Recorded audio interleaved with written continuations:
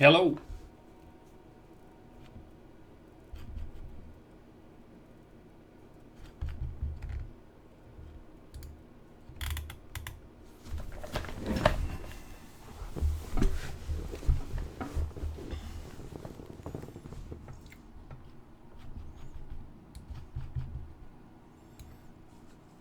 So, a couple of you who are out there, maybe you can just send me a quick text and tell me if this is working. Yes, excellent. Can you hear me?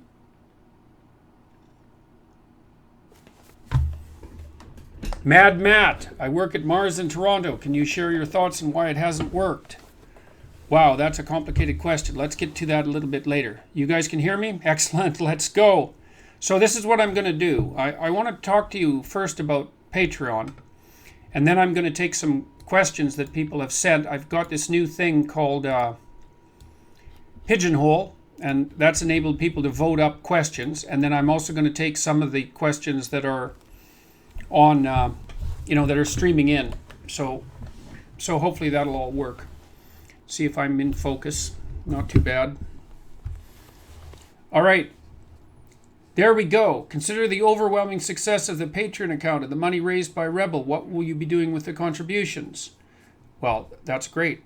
All right, so I've got a couple of things to say about that. So the first one is, I would say a number of people have been and not an overwhelming number, but a number of people have been attempting to take me to task for the fact that my Patreon support has been, let's call it, overwhelmingly successful. And so I'll tell you how I formulate my response to that. The first is, I'm generating almost all of my content and making it completely publicly accessible, so it's free, right? And so that way I'm bringing, I think, awareness of psychological issues to a very large number of people. And so far, at the moment, my view count on YouTube is up to 13 million. And I did a little bit of calculations last week to try to figure out what the total view count was for the cuts of my lectures that have been appearing on YouTube, and then the political material as well. And I think it's upward of 50 million. And so I'm making psychological and political content available to 50 million people. And so, that seems like a reasonable thing to do. Now, people who don't agree with what I'm saying might differ, but I think that could be separated from the educational content as well. So, and then with regards to the Patreon subscribers, every single person who's doing that is doing it entirely voluntarily. And I also set up that Patreon account long before any of this political material emerged. So, and my sense with the Patreon viewers, and you guys can clue me in if I'm wrong about this, is that there's two things happening. One is it enables people who are not very happy about the current political situation in the West to contribute to something that might be, at least to some degree, attempting to stem the tide of such things as toxic political correctness. And second, that it enables people to support my endeavors to bring general education to a wider audience. And that seems like a good deal for everyone. And you might say, well, it's a particularly good deal for me, and I'm certainly not complaining about what's happening, but I would also point out that it hasn't exactly been a straightforward thing. And so I guess if anyone else wants to try it, they're more than welcome to. Now, having said that, I would also say that the real issue here, and I think this is the fact that this isn't self-evident, is also a commentary on the toxicity of our culture at the moment, is that it actually isn't the issue. The issue isn't really how much money you have. I think that that's a resentful and relatively vicious way of judging someone else. I think the issue is what you do with the money when you have it. And I'm not a particularly hedonistic person, and I'm not 25 years old. I'm 55 years old, and I'm going to be a grandfather in a couple of months. Thank God for that. And what I want to do with that money is to do the best things I can possibly think of to do with it. And one of the things I'm thinking about, I started this biblical series, and a lot of that's thanks to you guys on Patreon, because that enabled me to generate the capital that was necessary to rent the theater, because for 12 lectures, that was a $60,000 investment, about that, something like that, and then another $8,000 for the camera work. And that had to be basically dealt with up front. So it was a reasonable financial risk. Now, I've been crazily fortunate in that the theater tickets have also sold out, so it looks like the biblical series will pay for itself with some extra left over. And so, I'm pretty happy about that, because that gives me some more working capital. And then you might say, well, what am I going to do with the capital? Well, I'm going to continue doing the sorts of things that I'm already doing. I want to do a series on the 100 greatest books of the Western canon, for example. I want to move genuine humanities education out of the universities, where it isn't being taught anyways, as far as I can tell, online, where people can access it freely. I'm talking to a wide variety of people right now about trying to do that in a more formal sense, so that the possibility for widespread university education can be made universally accessible. And one of the things we're trying to crack is the problem of how to teach people to write, because that's a real troublesome thing. And by the way, you guys, if you go onto my website, jordanpeterson.com, and you go into courses, and you go into Psychology 430, if you look carefully there, you'll see that there's an essay rubric that tells people how to write, and actually that's become quite popular. And so if you're interested in how to learn to write, I've written something about that already, and we're going to make a piece of software that's going to help people learn to write. And so I've got plans for how to make writing education broadly accessible to people. So I would like to make humanities education of the highest order broadly accessible to people. And I also want to teach them how to write, and I'm going to try to crack the online university accreditation problem. And so part of the money or a substantial proportion of the money that is being donated to me, let's say, or is being offered to me by my monthly supporters, so that's all of you people, is going to be going to projects exactly like that. And the reason for that is that what the hell else would I do with the money? To me, money is a tool. It's not the means whereby you develop a luxurious lifestyle and spend your time burning yourself half to death in the sun in the Caribbean, snorting cocaine and chasing hookers. That's just not in the cards for me. And so I want to devote it towards the sorts of things that I've already been pursuing, except on a broader scale. And so, and I think of people like Elon Musk too. Not that I'm comparing myself to Elon Musk, but he has plenty of money. And somebody's got to have the damn money. It might as well be people who have the kind of vision that people like he does have, because maybe they'll do something good for the world. I hope his gigafactories produce batteries like mad, so that we can start to make alternative energy sources economically viable, and maybe reduce our dependence on oil, and maybe get ourselves out from underneath the thumb of the Saudi Arabs. That would be a good thing. So the monetary issue, it's quite interesting. It's like, it is not that you have the money, it's what you do with it. And so anyways, those are some of my plans. And that isn't all of them, because I'm going to come up with a bunch more plans, and I'm going to try to implement them as rapidly as I possibly can. I've put my clinical practice on hiatus for the next 3 months so that I have a chance to think. And I've requested that the university advance my sabbatical by 1 year. So I should have about a year to think about what I should be doing with YouTube, and how I can be promoting broad-scale public education of the highest quality. And that's a really fun problem to solve. And the fact that I'm being supported by all of you people on Patreon makes the probability that I'll be able to devote my time to that much higher. So that's what I'm going to do with it. I'm going to do the best things I can possibly think of to do with it.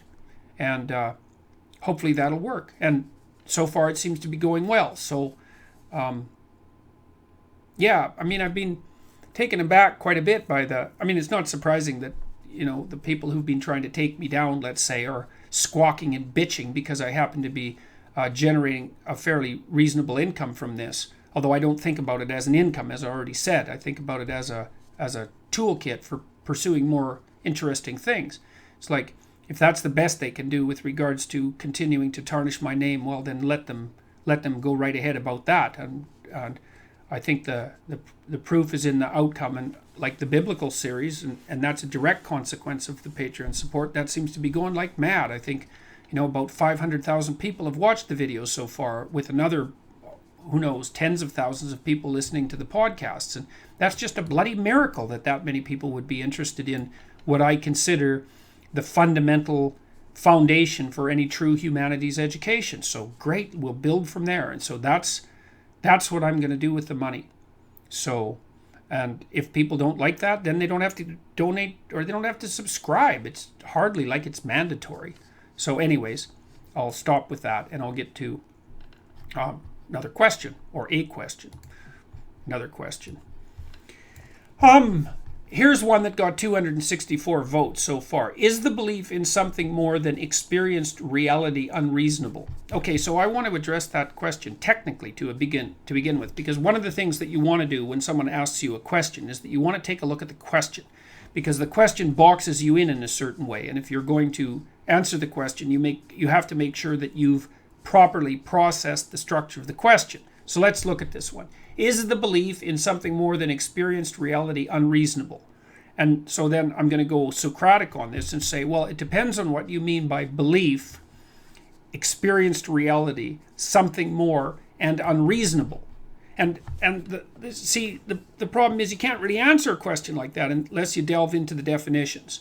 So let's say, well, what do you mean by experienced reality? Do you mean that which is directly grippable by the senses? Well, then I would say, well, do you believe in numbers? Because numbers aren't directly experienceable, but obviously they're real if you define reality as the use of concepts that give you grip and power in the world. And I think, because I'm a pragmatist in part, I mean, part of the way that I define something as real is whether or not it has functional operative status in the world. And so the belief in something more than experienced reality is obviously clearly reasonable if you regard abstractions as something more than experienced reality. And that brings up another issue, and the issue is whether or not abstractions are even more real than experienced reality. And I would say often they are, because otherwise abstraction wouldn't work. So it's definitely not unreasonable. And then do you mean merely subjectively experienced reality, or do you mean the kind of reality that can be experienced by multiple people at the same time? Because that's also different. The latter is more in the domain of scientific inquiry. And I think the problem with belief in subjectively experienced reality is not so much that what you experience subjectively isn't real, is that you can get the categories wrong. You know, dreams are real, but they're not the same kind of real as things in the outside world that other people can experience. And to conflate the two, or to fail to distinguish between them, is a form of insanity. But that doesn't mean that both of them aren't real. So the simple answer to the question is the belief in something more than experienced reality unreasonable is no, but it depends on your specific definitions of all those terms, and those sorts of things really matter. Okay, Bob Asbury says, I'm a 58-year-old American redneck who never went to college a day in his life, but I feel like I'm getting a world-class education every day. Thank you, Dr. Peterson. You are very cool. Well, thank you. I don't know how cool I am exactly, but I tell you, man, and this is the dead truth, I am absolutely thrilled that I have the opportunity to provide educational resources to people all over the world. It's a dream, you know, really. I mean, it's an absolute privilege. So when I get letters from people like you very, very frequently from all over the world, you know, and the fact that now we have the technology to allow people in principle to have a world-class university education is mind-boggling. And here's something I think is absolutely comical, and I've been pursuing this with a group of people that I've been discussing. I've been having intense discussions with, some in Silicon Valley and some in Montreal and some in Toronto. You know, here's the university situation in many ways. Number one, they're putting students in debt in a tremendous way in the United States because of overpriced education. They don't let the students declare bankruptcy because of the debt.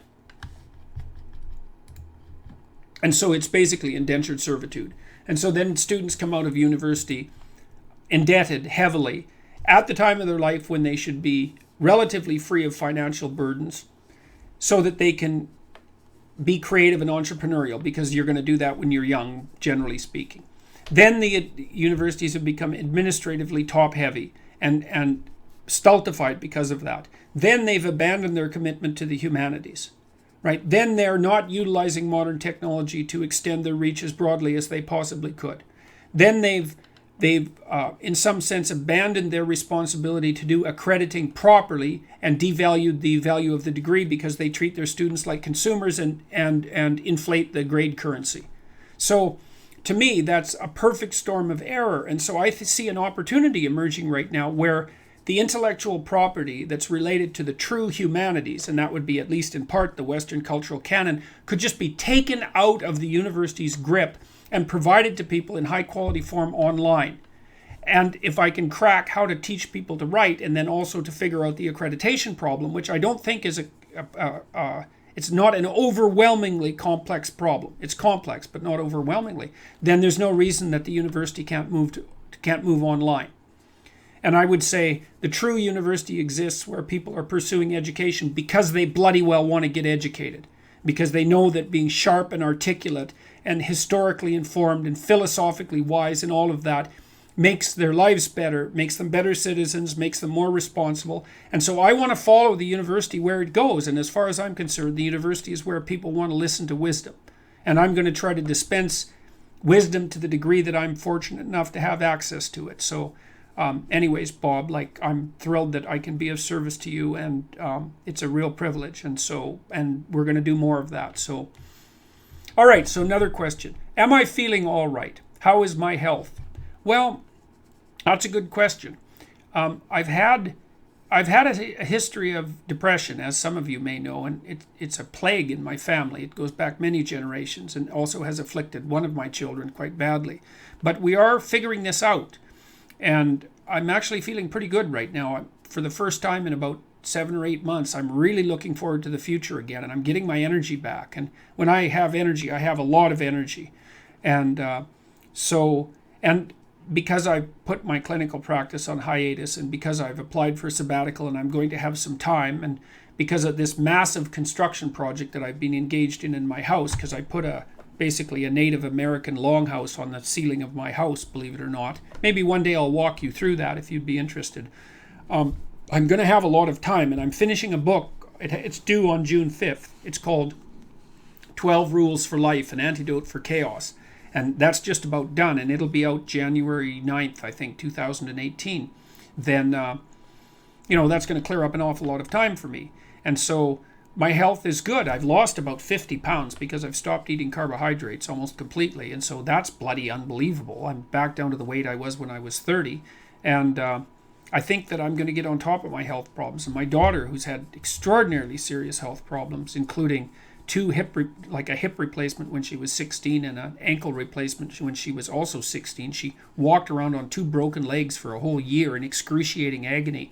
Like, she's figured a lot of this out, and she's off her her immune suppressant medication and all sorts of other things. So it's a painstaking process, and I've been eating literally nothing but beef, chicken, and salad for a whole month, trying to figure out where my dietary sensitivities are. So anyways, that's a long answer to your question, but I'm feeling pretty damn good. And if I've got a few more administrative matters that are chasing me around, but I think I can get on top of them. And then, man, I'm going to be back at it, and that's going to be real fun. So, okay, let's see what else we got for live questions here. What would I say the male to female ratio is in my classrooms currently? Oh yeah, there's no men, man. It's like 80% women in my psychology classes. And in 10 years, there won't be a man left in the humanities. Unless they go online, in which case maybe it'll only be men. Because, I don't think so. But most of the people who are watching my videos are men. It's about 91% actually. So, yeah, the men are bailing out of university. Like, it's just unbelievable. And that's been happening for about 30 years. So, if things don't change, and if the present linear trends continue, then, yeah, it'll be all women by 2025, and that's really not good. Not that it's good, not good because there's so many women. It's not good because there aren't any men, and obviously that's not good for the women either, because I don't know where they're going to find their men. So, all right, what are your thoughts on the book of Revelation in the Bible? It freaked me out when I was a kid. Yeah, well, I should say so, man. If you're an adult and you read it, it should freak you out. What are my thoughts on it? I think it's the account of a hallucinogenic trip, probably what would you call, caused by psilocybin mushrooms, maybe Amanita muscaria, which was identified by a guy named Wasson about 25, 30 years ago, maybe even more, as the soma of the ancient Hindus. So yeah, I think it's I think it's an account of an extremely profound hallucinogenic trip. That's what I think. I mean, what it means, that's a whole different issue, and I'm going to try to address that when and if I get to the Book of Revelations in my biblical series, but that's going to be probably a couple of years in the future at the rate I'm going, because it's taken me 3 weeks to get through Genesis 1. So, all right. Violet Irwin says, I look great. Well, Violet, your avatar looks great too, and well, thank you. Part of the reason I look great, I think, to the degree that I do, is that I have a very good camera that my son helped me purchase, and so it makes me look a hell of a lot better than I actually do look. So anyways, I appreciate the sentiment. All right. Do I see any downside to a child being raised by its father in the first 3 years while the mother is working full time? Are there psychological consequences for the child to be expected? I think that depends very much on the individual situation in the family. I'm not convinced that the art of infant care is something that a tremendous number of males are highly specialized for. I think you have to have a feminine temperament, and that would mean to do infant care properly, and that would mean that you have to be at least very agreeable, and maybe you also have to be relatively high in neuroticism so that you respond rapidly enough to the distress cries of the child. And I also think that in order to bond the way that you have to bond when you're a mother who's taking care of an infant, let's say under 9 months, I think some of the biochemical transformations that accompany pregnancy, childbirth, and lactation probably set up the proper underlying biochemical and psychological milieu that makes the kind of bonding that increases the probability of high-level care possible in those few months. That doesn't mean that men can't do it. But I would also say, in my experience, that it's kind of hard on men. It's a complicated issue, but like one of the things I experienced, and I really like kids, like I love kids, and they generally respond really well to me. Babies, they're a different matter, because I don't really feel fully qualified to give a baby what it needs, and I guess that's partly because breastfeeding, at least so far, is firmly in the domain of women. In fact, it's one of the ways by which you could define women if we were actually into that sort of thing.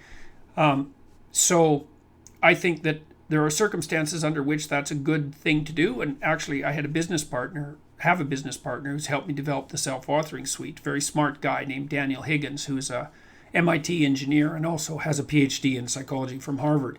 And he spent a lot of his time taking care of his kids when they were little. His wife was going to medical school. And he's a pretty masculine guy. And it was hard on him, man. Like, it just about killed him.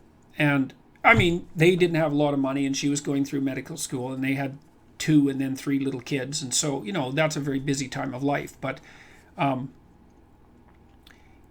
he did it, and he did a great job, and he has wonderful kids, and he paid a hell of a lot of attention to them. But it was not easy. It was not easy for him.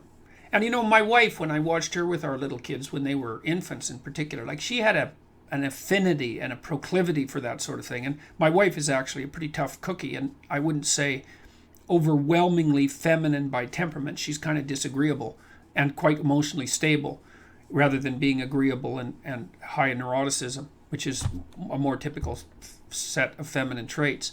She was so damn good with infants, it was just unbelievable, and I do think that the biochemical transformations that accompany pregnancy and so forth do facilitate that. I've also seen that with my sister, who is quite a masculine woman and very adventurous, man. She smuggled Mercedes trucks across the Sahara Desert in the 1980s from France down through the whole Sahara into Niger, and babysat orphan gorillas in the Congo, and ran safaris through Africa. Like, she's a very adventurous person, and she took a lot after my father, who's quite a tough guy. But she had kids when she was 40, luckily for her. And man, she turned into my mother overnight. And I really like my mother, like, that's no insult, believe me. She's a really great person, very, very caring, very kind, probably to her own detriment. But to see my sister transform into this tough, masculine person who I respected a lot, for exactly those virtues into mum was really quite remarkable. And to think that there's nothing biochemical about that is really, I think, quite naive and you know, and pointless. Because of course there's something biochemical about birth and childcare. For God's sake, it's been going on for like ever since sexual dimorphism emerged on the evolutionary landscape. So that's that. Do you think that boys in our society are in need of a concrete transition to manhood, like a modern day initiation ritual? It probably doesn't matter whether they're in need of it. They're not going to get it, because you can't really just invent something like that, right? It's something that evolves over a very long period of time. I do think that what they need, and I've really observed this, interestingly enough, in the response that young men have had to my public talks, and probably on YouTube as well, with regards to what I've been saying. Because, you know, young people have been fed this pablum since the 1960s, that the pathway to happiness and freedom in life, first of all, that those are the things that you're really supposed to be after, especially happiness, and that they're to be found in like rights and untrammeled freedom. And that's completely one-sided, because for every right there is a corresponding responsibility, and freedom can be chaos just as much as it can be blissful lack of responsibility and the ability to make hedonic choices one after another. Now, I've been speaking to young men in particular, and they're the ones who keep coming to my talks, by the way, about truth in action and responsibility, and like they're eating that up. I can see their eyes light up, which is so cool. I've been talking to the people who ran for the Conservative leadership in Canada about the fact that when I go talk to male audiences, especially young men, that they're unbelievably enthralled by any discussion of genuine responsibility and truth. And so the Conservatives have something to offer young men, and I would say that's roughly akin to an initiation.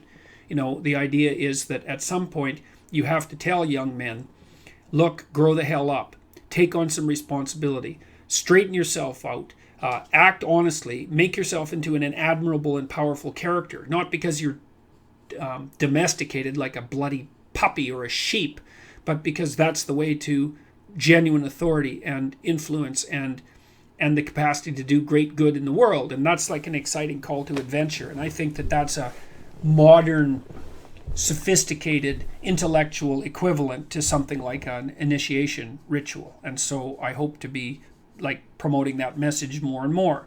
I was speaking to a member of one of the leaders of the Indigenous communities in Canada today about maybe getting the high school version of the future authoring program. That future authoring program, I've talked about that a bit before on Patreon. You know, it's a program at selfauthoring.com that enables people to generate a vision for their lives, and also to detail out that vision and make a plan of it. I think most of you Patreon subscribers have got links to that already, and usernames and passwords, and has a really remarkably positive effect on young men who are disenfranchised, who tend to be ethnic minorities. And so initiating them into the idea that they need to take control of their own destiny, and that that's the proper pathway to authority and stature, and not self-esteem but self-respect, which is a completely different thing, I think is a reasonable modern equivalent to initiation ritual.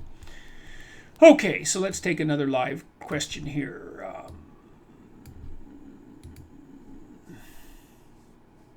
Brennan B says, I'm halfway finished cleaning my disaster of a room. Well, I've got something terrible to admit, people, because at the moment I'm sitting in my room and it isn't clean. The back behind here where you can see is clean, but because the events of the last 7 months have been so overwhelming, I would say that there's a certain amount of chaos that has invaded my immediate environment, but I have plans to get this place sorted out in a serious way over the next few months, from bottom of the house to the top. So halfway, Brennan, that's a good deal, and there's real psychological consequences to that, you know, because if you're interested in this, everyone, here's a really sophisticated book you could read. You could take a look at Carl Jung's last book, which was called Mysterium Conjunctionis, so that it's Latin. Now, the first part of that book is really kind of like a dictionary of symbolism. He wrote it, I think, in his 80s, and I think he was trying to get down as much as he could of what he knew as fast as he could. So the first part is a dictionary of symbolism, and it's very difficult to read unless you've read a lot of his other writing.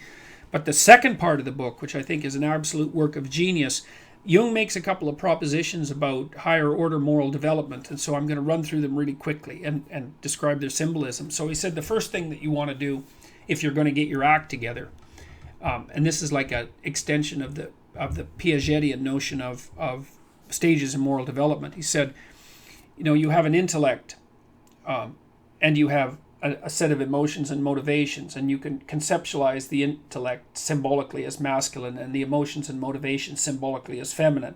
And so the first conjunction, which is the bringing together of the masculine and feminine to make a complete being, would be the union of the intellect with the emotions and motivations, so that you're not fighting your deeper motivations with your thought, that they're all moving in the same direction. And so that would be conjunction number one. And so then that makes you united in terms of your capability for subjective experience. You're all all of that's pointing in the same direction. And it's one of the things that can make you unstoppable, because you're not at war with yourself then. And so the next conjunction, as far as he was concerned, was also expressed symbolically. So now you have the masculine union of intellect, emotion, and motivation. And then you have the body, which you can now conceptualize as feminine. So then you bring those together in a creative union. And so that means that you start to act out what you think and feel, so that there's no paradoxical relationship or enacted lie. They call that a performative contradiction between what you think and feel and what you do. And so because part of being honest is that you act out what you believe, right? And so that's great. So that's the next conjunction. And so that makes you integrated in mind and emotion and motivation and in enacted routine and body. Great. So that's another way of bringing yourself together. But the third conjunction is the one that's most interesting, and it's also the one that's most difficult to understand. And that conjunction occurs when you take this unified mind-body continuum, let's say, and you think, well, wait a second, there's an element of that missing, and that's my experience of the world that's hypothetically outside of me, or that's hypothetically not me. Now, your experience of the world outside that's not you is a very strange experience, because it isn't self-evident, for example, to me, that my wife is not me. We spend so much time together. She's in my experience so much. We have a joint past and a present and a joint future. The same with my kids and the people who are close to me. It isn't obvious to me that my wife is less valuable to me than I am to me. She's certainly more valuable to me than some arbitrary body part like an arm or a leg, and people are perfectly capable of making gestures of physical self-sacrifice in order to rescue people that they love. And so just exactly who you are and just exactly who the external world is not clear at all. And so the last conjunction for Jung was the eradication of the distinction between your subjective experience as you and your objective experience as you. Which is to say, for example, that if I'm walking down the street and I encounter someone in trouble, and that trouble calls to me as something that I could conceivably do something about, the fact that that trouble isn't set right in the world is actually, because it's part of my experience, is actually my problem. Now, that doesn't mean that it's my fault, although it might be, might not be, perhaps it isn't, but it might be. But it's still my responsibility, and it's reasonable to consider the disruption in my experiential field that encountering someone who is in trouble produces as an actual disturbance in my being, and then to act as if it's my responsibility to rectify that disturbance. Now, the problem, of course, comes in that you don't know how. So if you run across a street alcoholic, for example, in the middle of the day, and they're stumbling wrong blindly, and maybe they're schizophrenic to boot and mumbling terrible things, it's going to disturb you, and it would be good if you could set it right, but you don't know how, so you can't. You have to avoid it. But that doesn't mean that that isn't you, because it's also you. And I think that's why in the story of the Buddha, for example, like the Buddha was basically offered, when he became enlightened, the chance to remain in nirvana, right, as a uniquely enlightened, singular individual. And he actually rejected that offer because it was his deepest conviction that it was not possible for one person to be enlightened and to be in a state of nirvana if everyone wasn't in that state at the same time. And so he had to move himself out of that utopian experience of nirvana and come back to the normal world, let's say, and to try to raise the consciousness of people around him, because he regarded that as unfinished business that was his personally. And so, now I don't remember, who was I? Oh yes, that's all about cleaning your room. Yes, exactly. So, well, the thing is that your room isn't not you. It's actually you.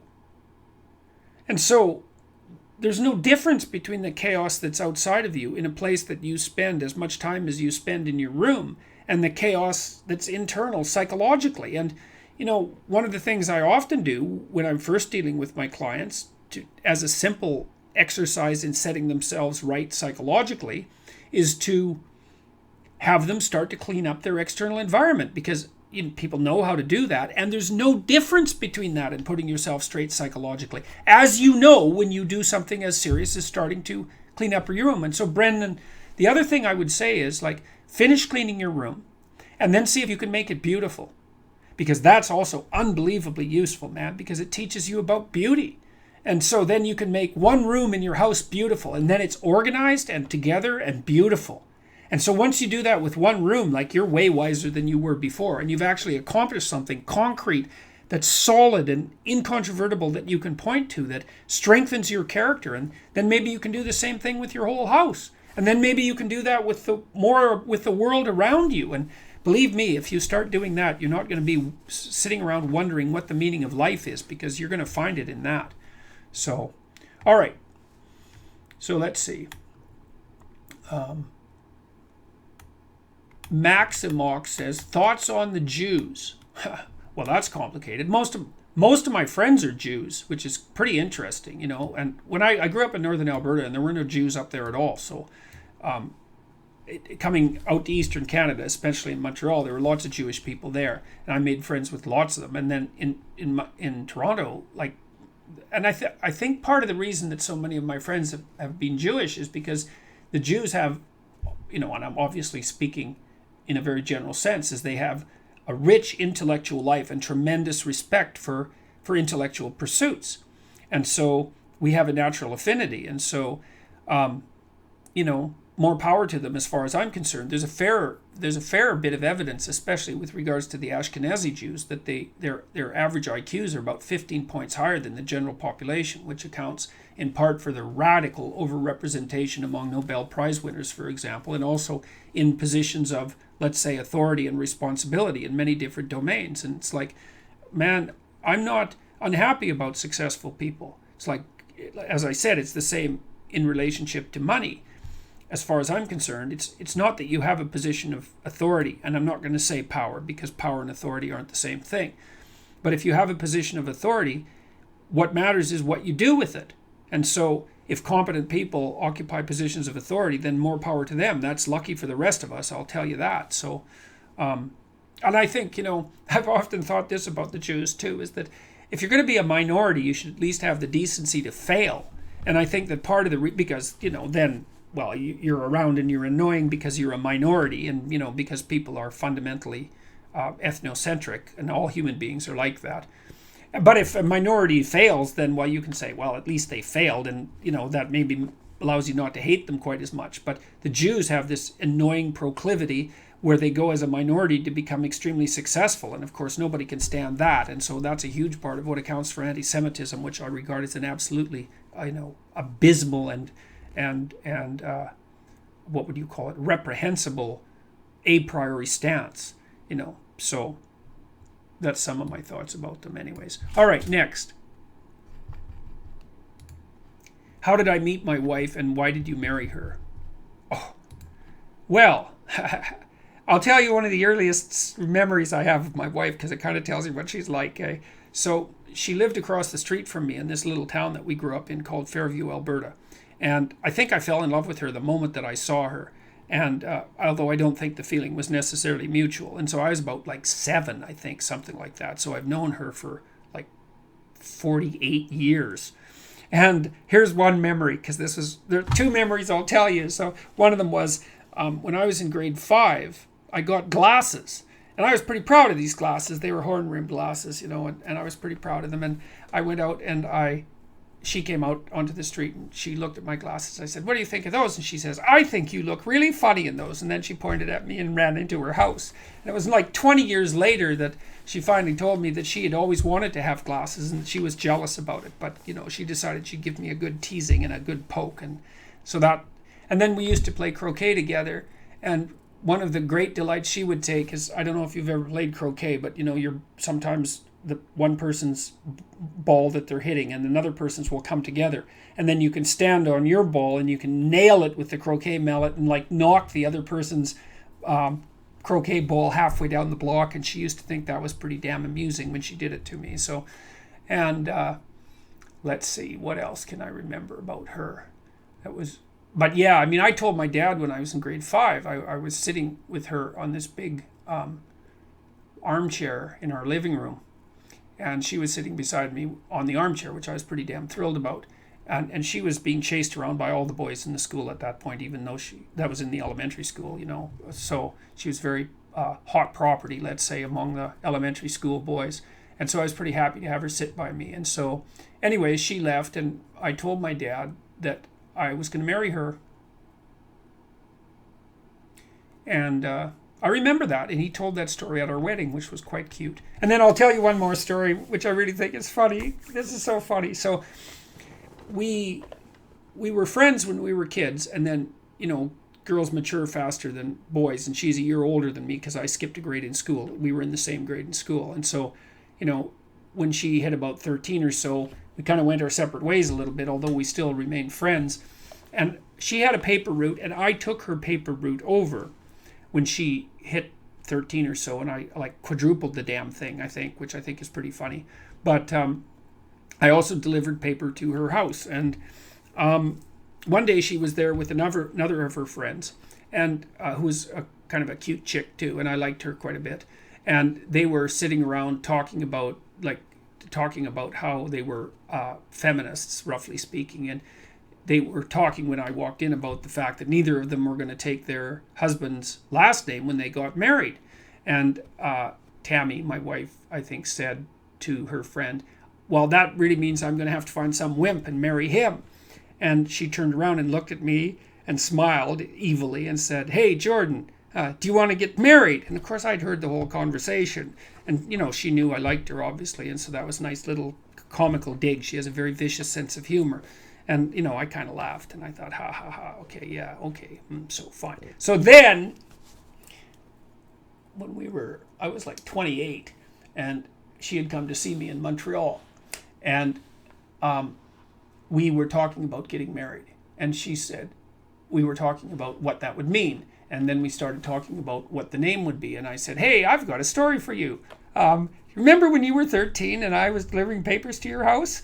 And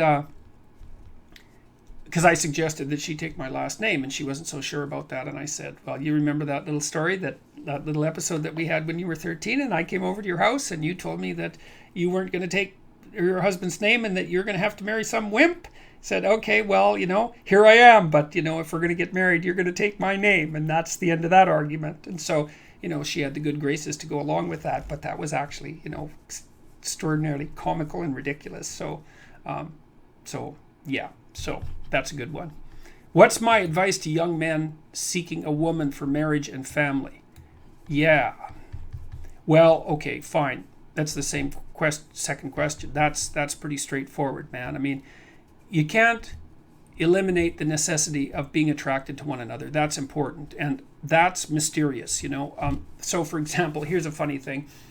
One of the things we know that attracts people to one another is bilateral symmetry. And so if you take men and you rank them by the symmetry of their faces, and then you give the asymmetrical men t-shirts to wear, clean t-shirts for a day, and the symmetrical men clean t-shirts to wear for a day, and then you give the t-shirts to women and you have them rate the odor, the women rate the odor of the symmetrical men as more attractive than the odor of the asymmetrical men. And there are other factors that determine sexual attractiveness that are based on biological factors that are so that deeply embedded in terms of smell, for example. So women also tend to not be sexually attracted to the scent of men who have, if I remember correctly, it's Rh factors that would make for potential trouble in childbirth. And often the reason that the women give for not preferring the scent of those men is that they smell too much like their brother. It's something like that. So there's weird, mysterious things that determine whether or not people are sexually and physically attracted to each other. And I think it's very important that that's part of a marital relationship. The next most important thing is trust, man. It's like there's no marriage that's successful without trust. You've got to tell each other the truth. And one of the reasons that Jung believed that marriage and an oath and Carl Jung as a bond was necessary, it's really wise. It's like, telling the truth to someone is no simple thing, because there's a bunch of things about all of us that are terrible and weak and reprehensible and shameful and all of those things. And they kind of have to be brought out into the open and dealt with. And you're not going to tell the truth about yourself to someone who can run away screaming when you reveal who you are. And so the marriage bond is something like, okay, here's the deal.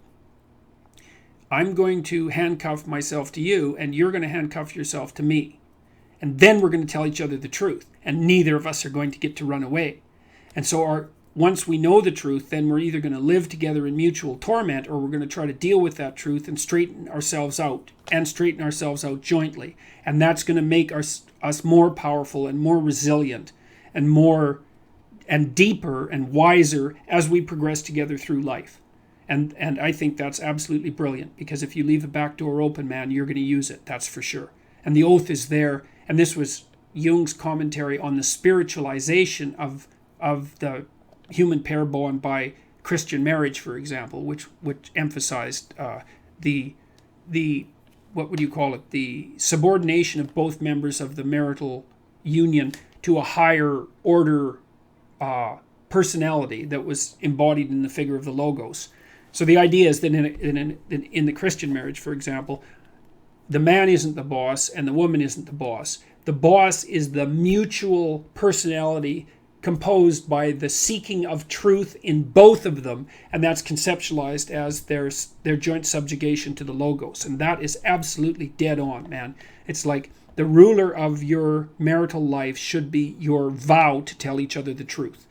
Because, like, in hard times during your life, when you've done something stupid and idiotic that might take you down, and you don't have anybody that you can turn to, if you have a partner that you can trust, you can go say, hey, I made a big financial mistake, man, and it's really torturing me, and I feel like a complete idiot, and it's really dangerous. And the person there is going to help you figure out what to do about it. And they're going to know that when they make a stupid mistake, and they're bloody well going to, that they can come and talk to you, and that you guys are going to work your way through it. And that's a big deal. And there's a couple of things our culture gets really wrong. And one is it devalues marriage. That's really a very bad idea, because marriage is like a third of your life, and maybe more. And kids are a third of your life. And your life outside of marriage and kids is a third of your life, approximately speaking. And to miss any of that is a massive, massive mistake. Now, having said that, I will also say that for some people, missing one or more of those is necessary because they have a reason.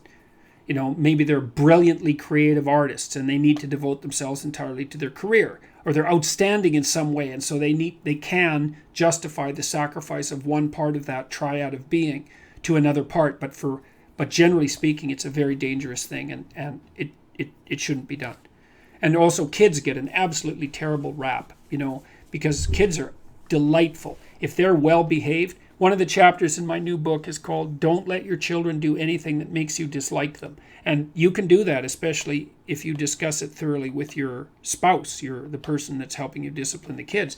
And children are the best company because they're really enthusiastic about everything. They love doing new things. They really love you, so they're happy that you're around.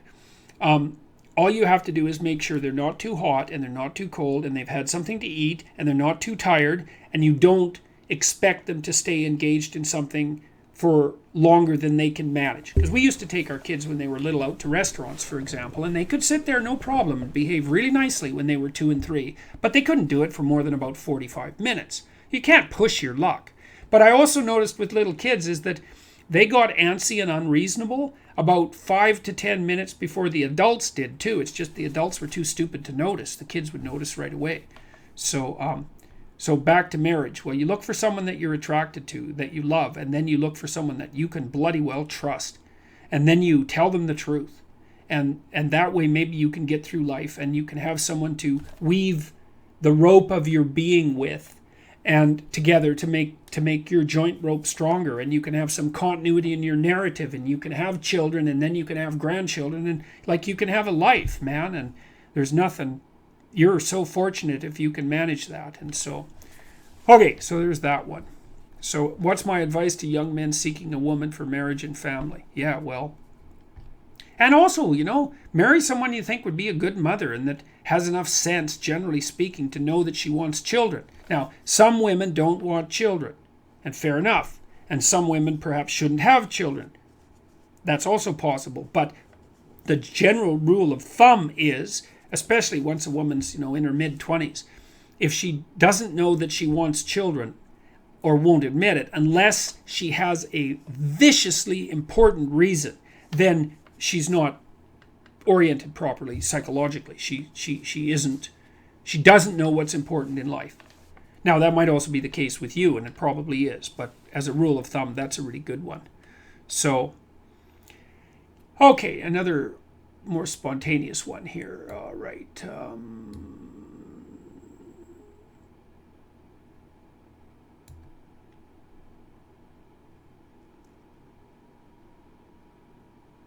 On the other hand, what's your advice to high-achieving females for finding a man?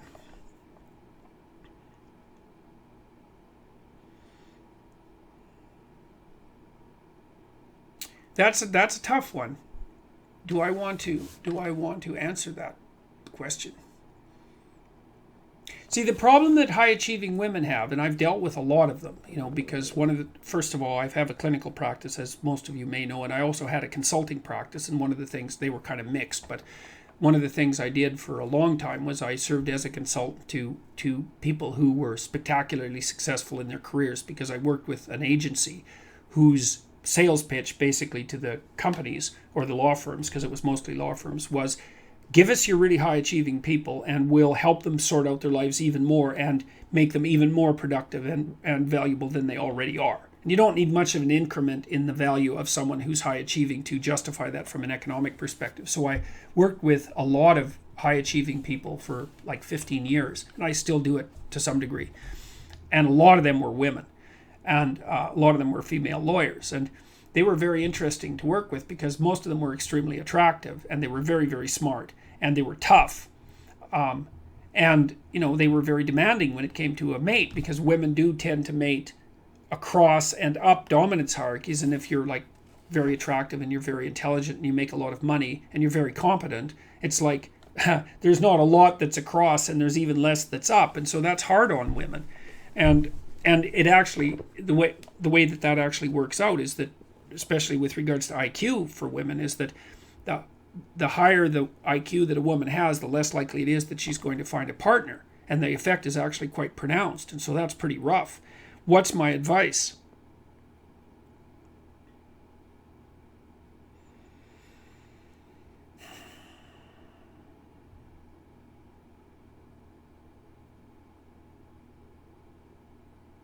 Well, the first piece of advice probably would be don't pretend that it's not important, because it is important.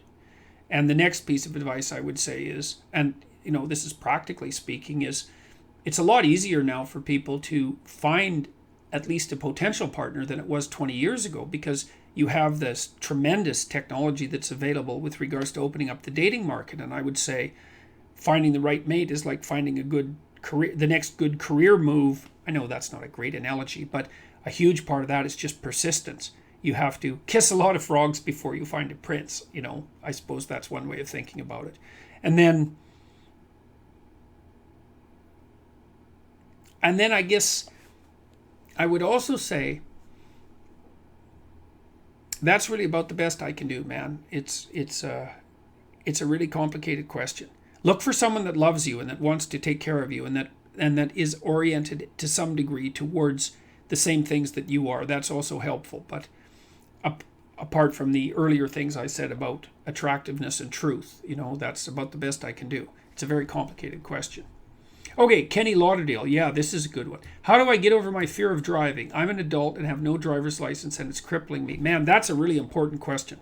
A lot of young adults, and I don't know if you're young or not, don't have their driver's license. And I think that's a catastrophe because it's a real, first of all, it's economically suicidal because it makes it very difficult, not if you live in New York City or somewhere like that, but if you live anywhere else, you sacrifice your autonomy by not being able to drive. Look, Kenny, I would say take a driver's course and do it badly. Who cares if you have to do it 5 times? Go sit in a car for a while and pretend to drive like you're a kid, and then have them drive you around the block and take it slow. Maybe it's something that'll take you a whole year to learn, but you're actually in a really good situation to advance yourself psychologically because you know that there's something you should do.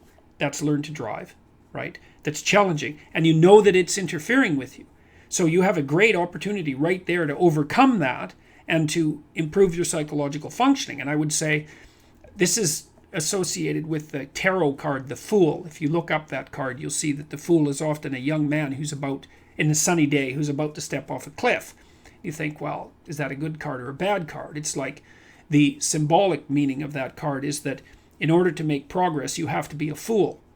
And, you've already admitted you're a fool. You're afraid and you don't know how to drive. How pathetic. Ha, ha, ha. Yeah, okay. The thing is, you accept that. Is you don't know what you're doing. And you're going to be a fool while you're doing it. But you're nowhere near as much of a fool doing it as a fool than you are as a fool avoiding it. So I would say, go find someone professionally that can teach you how to drive. Find someone that's patient. Tell them that you're nervous about it.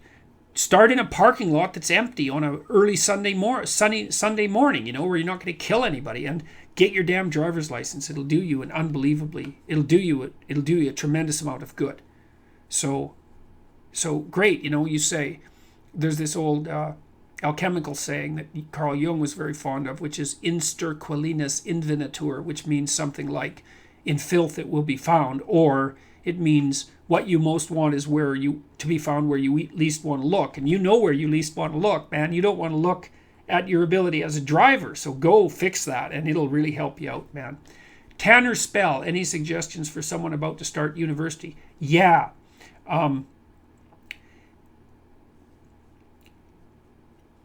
See if you can find some professors. They're often going to be older people, and often older guys who still know what the classic scholars knew, and stay away from the bloody postmodernists. You might want to take a course just so you know what that sort of thing is about. But see if you can find people who are literate, really literate, and who can teach you. And so what you do is you shop around, go to classes, more classes than you can take, at least in the first couple of weeks of university. Listen to the professors and find out the ones that are telling you something that you really need to know, and then follow them and stick with them. So you have to search out your own path to be educated in university. The other thing I would say is make a schedule. Treat university like it's a full-time job. Make a schedule. The first week of classes, put in your exams, like in Google Calendar. Put in your assignments. Make a plan to get the assignments done. Start early, because lots of kids end up by Thanksgiving, their first semester, and they get so damn far behind they can't believe it, because there's a lot of work in university, a lot of reading, and then they bail out. Don't make that mistake, man. It's a full-time job, and then you can go have fun at night, and more power to you. Go have fun. Figure out what your responsibilities are, lay them out, and make a plan, and then stay on top of them. And then, you'll do yourself a great favor. So, okay.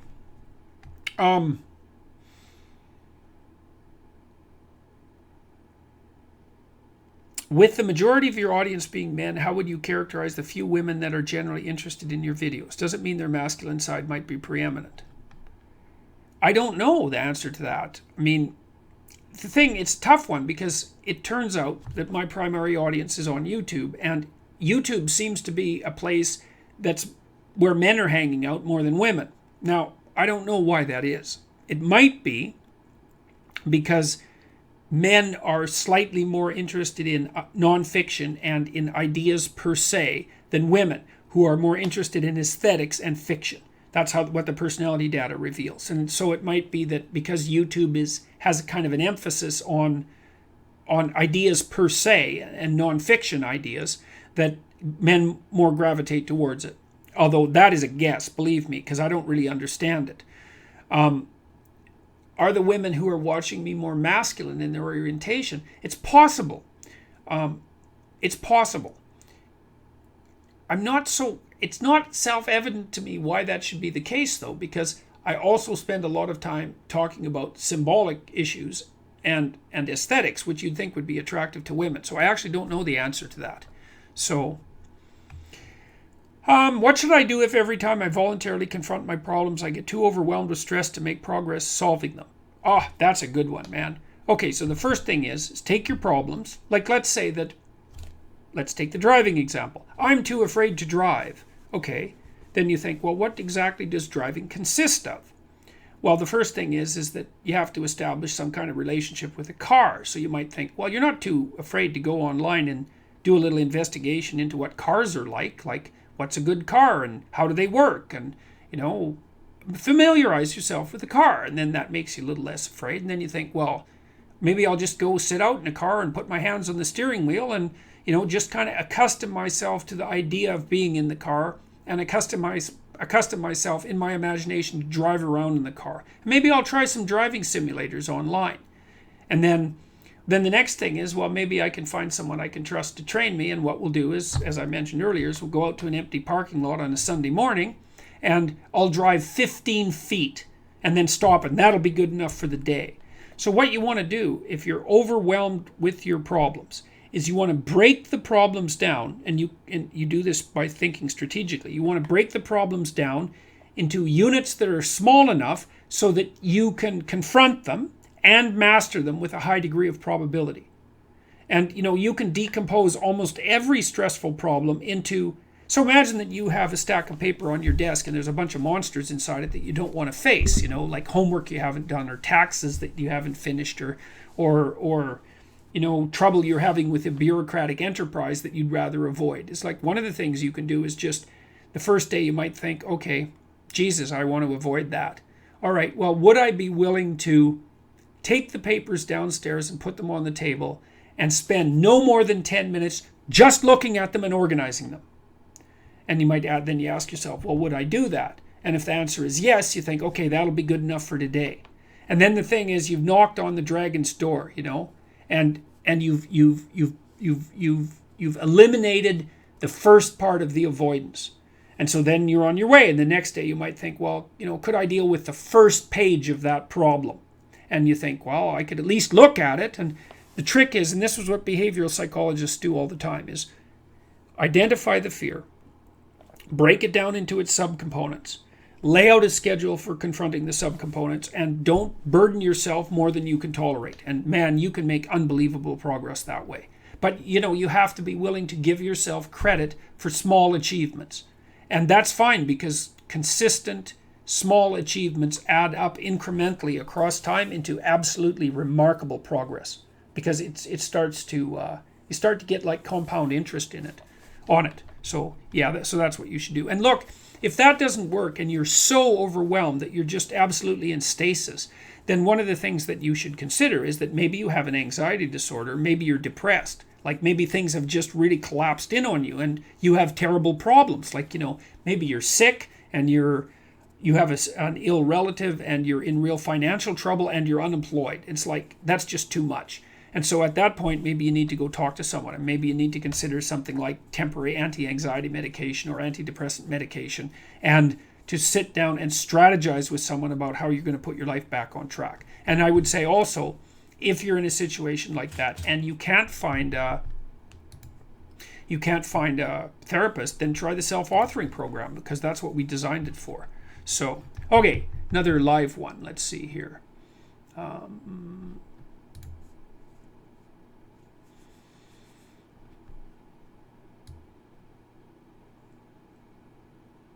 I saw someone called the Green Bastard I wanted to answer that question, but it flashed by real quick. So is that a reference to Bubbles' wrestling persona? Just out of curiosity, I'm wondering if you're a fellow Trailer Park Boys fan, because I love the Trailer Park Boys, and because of my Western Canadian upbringing, I suppose, and so. But I missed your question, but I like your handle. So okay, let's see.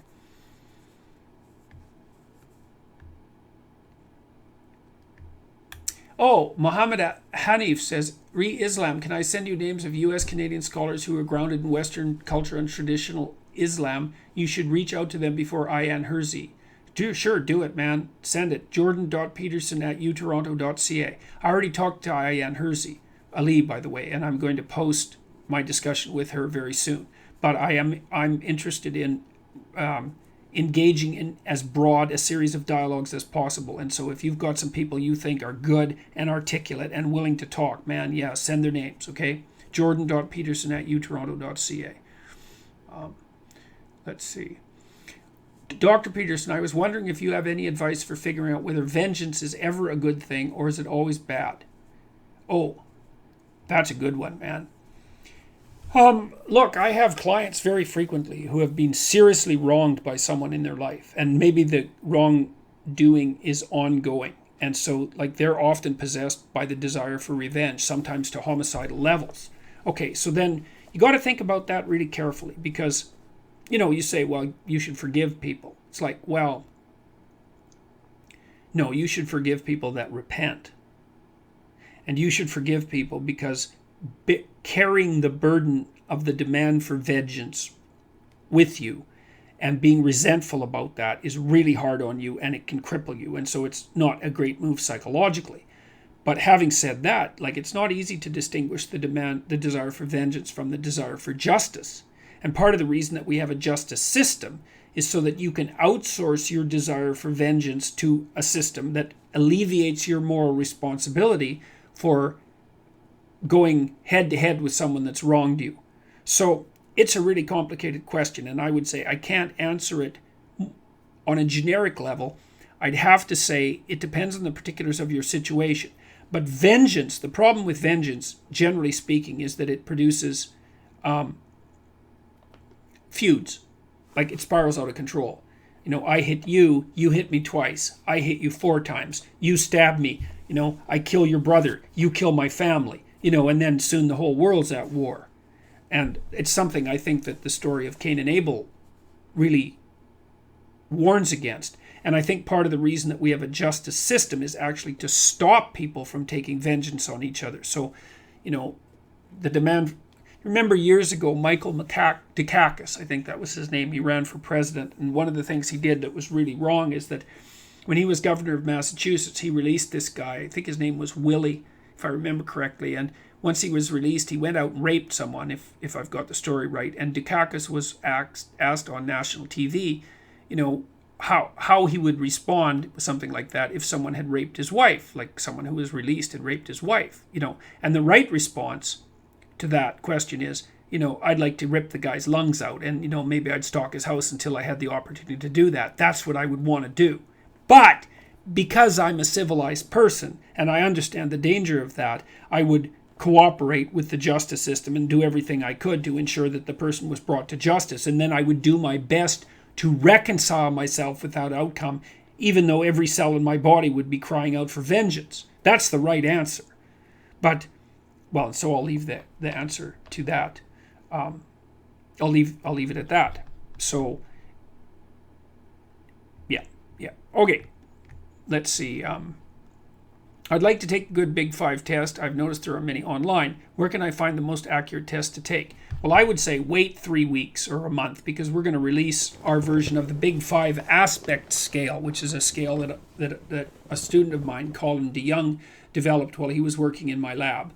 And it was partly generated by an idea that I had with my business partner I mentioned earlier, Daniel Higgins, because we had talked for years about the necessity of developing a more differentiated, higher resolution version of the Big 5, which had been attempted by the people who developed the Neo-PIR, which has which has, what did they call them, facets, but they weren't empirically derived. So if you wait a month, you'll be able to take the Big Five Aspect Scale test, and it'll give you 10 dimensions of personality output. And I think it's a really good test. We've used it a lot, and it's being used very widely in the relevant scientific domains. The paper has been very highly cited. I think it's been cited like 600 times or something like that. So keep an eye out, and that should be coming real soon. So if psychedelics increase openness, and openness is correlated with intelligence, can psychedelics increase intelligence? Good question. I doubt it. Most things don't increase fluid intelligence. Really hard to get an increase in fluid intelligence. Those brain training games like Lumosity, even if you play a lot of those games, and they're very complex cognitive games, you don't tend to experience an increase in general intelligence. You get better at each game domain specifically, but it doesn't seem to generalize across intelligence per se.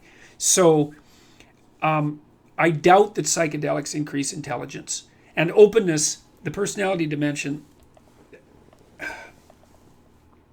See, it's a good question, because it might be that psychedelic use would increase something like divergent thinking associated with tests like the Torrance tests of creativity, but I don't think anybody's ever tested that, and you could consider that a form of intelligence. But I think the probability that it would increase nonverbal intelligence is low.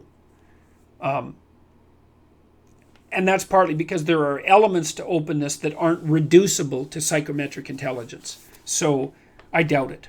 It would be wonderful if we could find something that would increase intelligence, but that's turned out to be something unbelievably difficult. Okay, to what extent do you believe that discourse with moderate Muslims can lead to reform of the ideology such that the gap between Islamic and Western beliefs can be bridged? Well, I guess we're going to find out about that, because that's one of the things I want to do over the next couple of years. I said this before, but I think it's worth saying again. As far as I can tell, there's only three states of being. There is tyranny, there's slavery, and there's negotiation. And, tyranny and slavery are forms of war. So we either enter into discourse, and hopefully with the moderate Muslims, or we're the tyrants, or they're the tyrants, and we're the slaves, or they're the slaves. And then there's war. And so we bloody well better have discourse, because war is what happens when discourse fails. And, we actually, in some ways, we can't really go to war anymore, because we're so armed. And increasingly, that's also the case in the Muslim world. I mean, look at Pakistan. It's developing a pretty decent nuclear armament, a nuclear deterrent, let's say, which is quite terrifying, because Pakistan is one unstable and dangerous place. But, I mean, what are you going to do? You're going to go to war with people who have hydrogen bombs? It's like, that's not going to work out very well. So we bloody well better learn to talk. And so I'm hoping, I'm doing this biblical series, which some of you maybe know about, because you're also helping to ensure that it happened. And again, thank you very much. But in parallel with that, I want to do a very long series of discussions with moderate Muslims, theological, philosophical, political, practical, to see if the gap between Islamic and Western beliefs can be bridged. I'd better be able to be bridged, because we're on the same planet, man. And there's lots of both of us. So capitulation on either side isn't going to work. And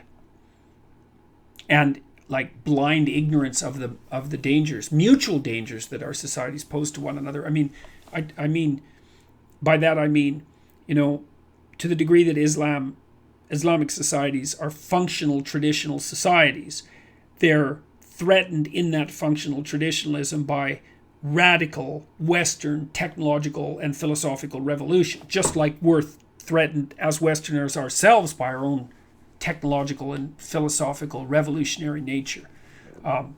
Discourse, truthful discourse, man, that's the hope for the salvation of the world. And so hopefully we'll put it into practice. I've met a number of moderate Muslims already in Canada who are extremely interested in this sort of thing, and some in the US as well. And so I think that, well, it's worth a try, man.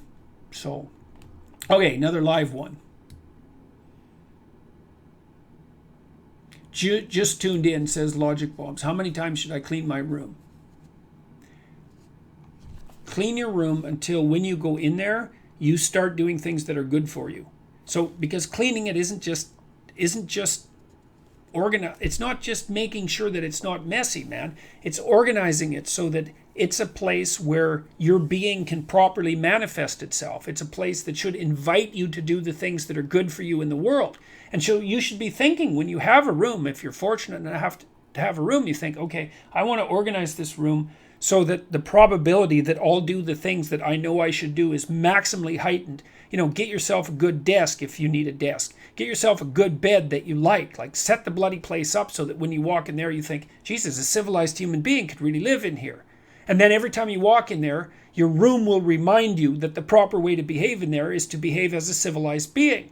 Responsible, intelligent, forward-looking, articulate, concerned about doing what's good in the most courageous and responsible possible way. Not as a two-bit do-gooder who's trying to look good in front of the world, but as someone who's tough and able and caring and reliable and all of that. And that's what your room should tell you. So set the damn thing up until that's what it screams at you when you walk in there.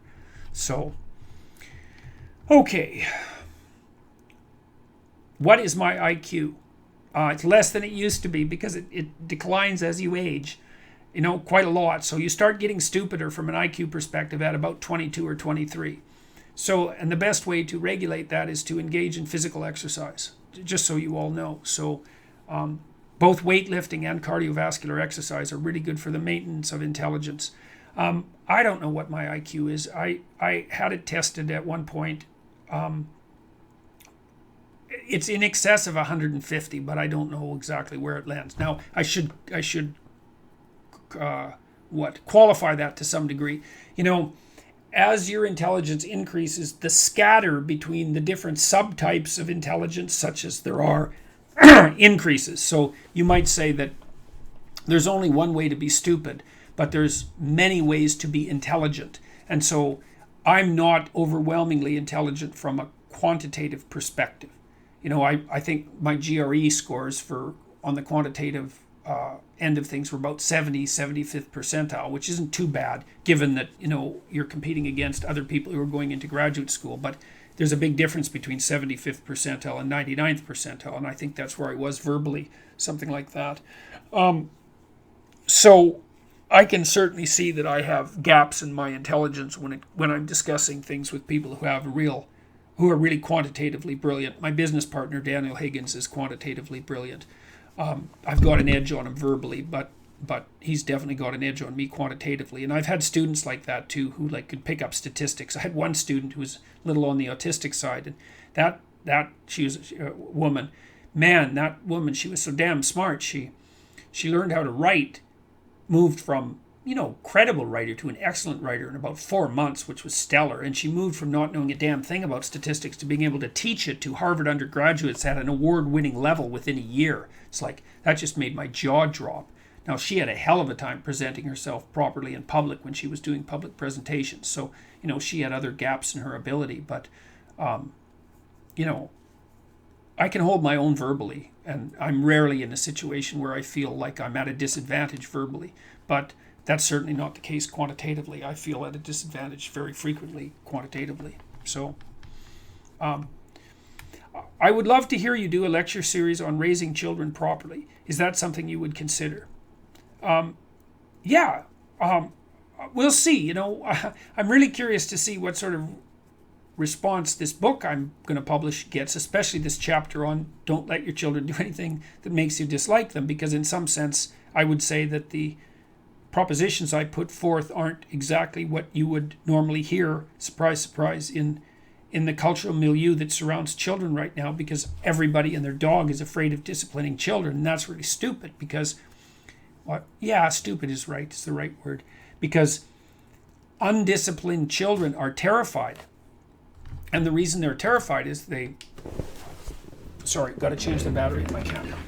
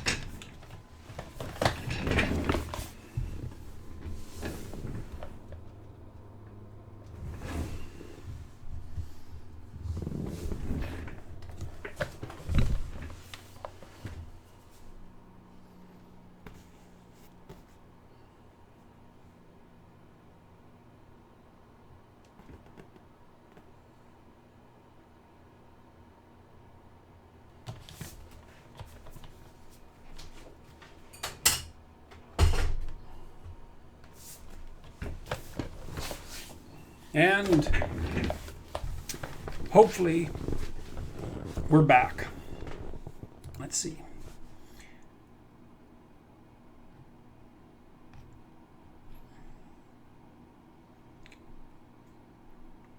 Okay. Mr. Cuban says, why is it so important to have kids if the world has an overpopulation problem? Well, who says the world has an overpopulation problem? I don't buy that. So it depends on whether you think that human brains are the kind of resource that figures out how to do more with less, and that is what I think. I mean, there's been a huge argument for years between the economists and the biologists.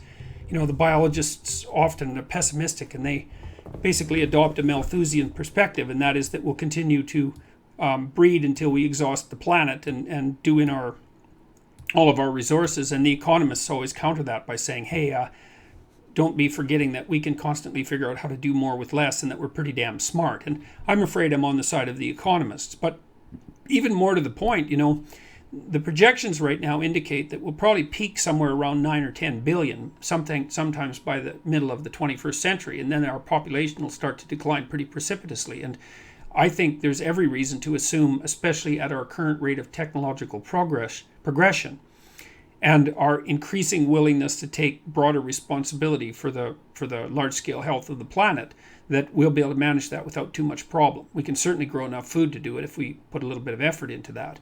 We're going to squeeze out a lot of other animals on the way, I'm afraid, especially some of the big predators and mammals that are of approximately our size. And that's, you know, there's a price to be paid for that. I think there's more tigers now in Texas, just in case you're wondering, than there is in the wild in the rest of the world.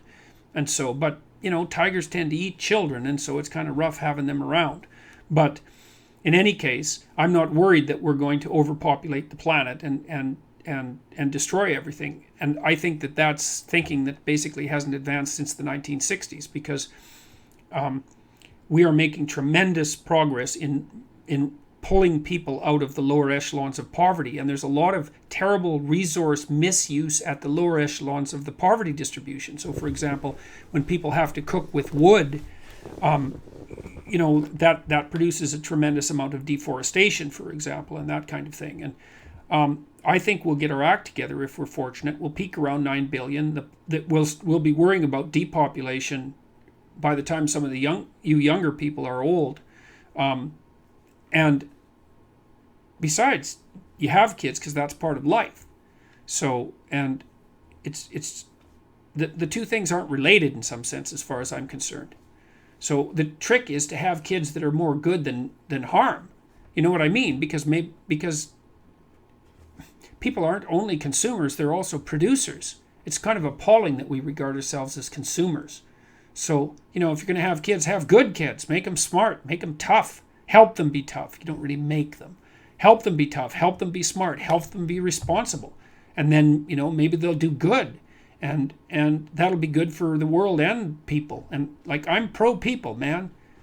And so I'm not worried about that. So you know, I heard a university professor once who I also thought was completely reprehensible, who was like lecturing to a group of 18-year-old kids about how he and his wife had only decided to have one child because, you know, they didn't want to overpopulate the world. And I thought that if he'd only managed to reproduce one genetic copy of him, that was probably for the best. But then he told the whole room full of 18-year-olds that they should really think seriously about whether they have kids, and if they have any, they should just have one. And I thought, you son of a bitch, you know, you're so dedicated to the destruction of humanity and so rife with hatred for the human race that you dare to stand in front of kids who are just beginning their lives and say, well, you're a member of such a reprehensible species that the last thing you should do is multiply.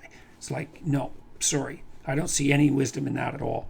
And I don't think the world does have an overpopulation problem, and I don't think that there's any evidence that it does. Now, that doesn't mean that we're managing everything that we should manage properly. Like, we're really wreaking havoc on the oceans. But Boyan Slat, who's definitely worth looking up, Boyan, I think it's Boyan and Slaat, Dutch kid, has figured out, he thinks, how to get rid of half the plastic in the oceans in the next 5 years. So you could go support him. That'd be a hell of a thing to do. He's a real genius. And there's lots of ways that the burden that we're placing on our planetary resources is going to be lifted. And the trick is to get out there and do something about it. Like Elon Musk is a good example. It's like, okay, well, maybe we're burning too many fossil fuels, and maybe not, because I think the dangers of carbon dioxide are actually somewhat overstated. And I think there's some decent evidence for that too. But it's hard to sort it out because so much of the climate change argument is predicated on an underlying philosophy such that if you're anti-capitalist, you believe that we're going to burn up the planet. And that's just not helpful, because I can't tell if your science is right or if you're just anti-Western and anti-capitalist. So, and like I spent 3 years working on a UN committee, the Secretary General's high-level panel on economic sustainability, I think it was called. And it produced a report in 2013. And I spent about 3 years reading everything I could get my hands on economic development and environmental sustainability. And the state of the planet is far less dismal than the doomsayers would have you believe. I do think that the one thing that we're doing is, like, we're fishing out the oceans, like, idiotically. It's really, really awful. And trawling is a very damaging process. And I think that, like, if we left the damn oceans alone for about 15 years, they'd recover. Not the huge fish like tuna, because they take a long time to develop, but oceans would come back really quickly. And, but I think we'll get smart enough to do that sort of thing over the next 50 years, because, human beings aren't stupid, and we've actually only been worried about the planet, let's say, since about 1960. It was only 100 years ago that it was more or less self-evident that the natural world was inexhaustible in comparison to the puny efforts of humanity. And, we only figured out that there was enough of us to cause trouble by about 1960. For Christ's sake, how long do you expect it to take us to figure out how to take care of a whole planet? We're doing a pretty good job for people who only stumbled onto the idea that there might be a problem something like 60 years ago. So I think we'll get it right. Especially if more and more people start to act responsibly and truthfully and all of that, and start working for the betterment of things instead of trying to, undermine and hurt and engage in identity politics and all that sort of reprehensible activity. Okay, let's see. What are your thoughts on using psychedelics to help people overcome traumatic experiences? Be careful, because psychedelics can cause traumatic experiences. Like, those things are no joke, man. I don't think we know enough about them yet to make useful generalizations about their hypothetical clinical utility. There's some decent studies indicating, with psilocybin, for example, that it might have utility in the treatment of depression. It looks like it's a really effective smoking cessation medication, which is really cool. But I think what happened was that when the psychedelics burst onto the scene in the 1960s, they terrified us so much that like, we all recoiled at their very existence, and then decided not to exactly try to figure out what they were. And I can understand that, man, because those things are seriously weird. Like, they're incomprehensibly strange. I don't think we understand them at all. I don't think we understand them any more than we understand consciousness. I think that they may have great therapeutic utility, but they're viciously powerful medications and weapons, and so you use them at your own peril. Something, too, that Carl Jung said, which I really liked, because he talked about psychedelic use a little bit, although he was pretty old by the time the psychedelics burst on the scene. He said, beware of unearned wisdom. And I really like that, because even if the psychedelics can open the gates of perception and flood you momentarily with information of genuine cosmic significance, that doesn't mean that you're the sort of character, you're not the sort of vessel that can tolerate being filled with that kind of divine fluid. It might just break and crack you. So I would say, approach those things with trepidation. You should have the same attitude towards psychedelics that the ancient Israelites had towards the Ark of the Covenant, which was that, God was in there, but if you touched it accidentally, you would die. And that's pretty good. That's a pretty good general attitude to have with regards to any serious encounter with psychedelics. Those things require respect. They're not toys. They're not games. They're not fun. We don't understand what they are, but they're worth treating with tremendous respect.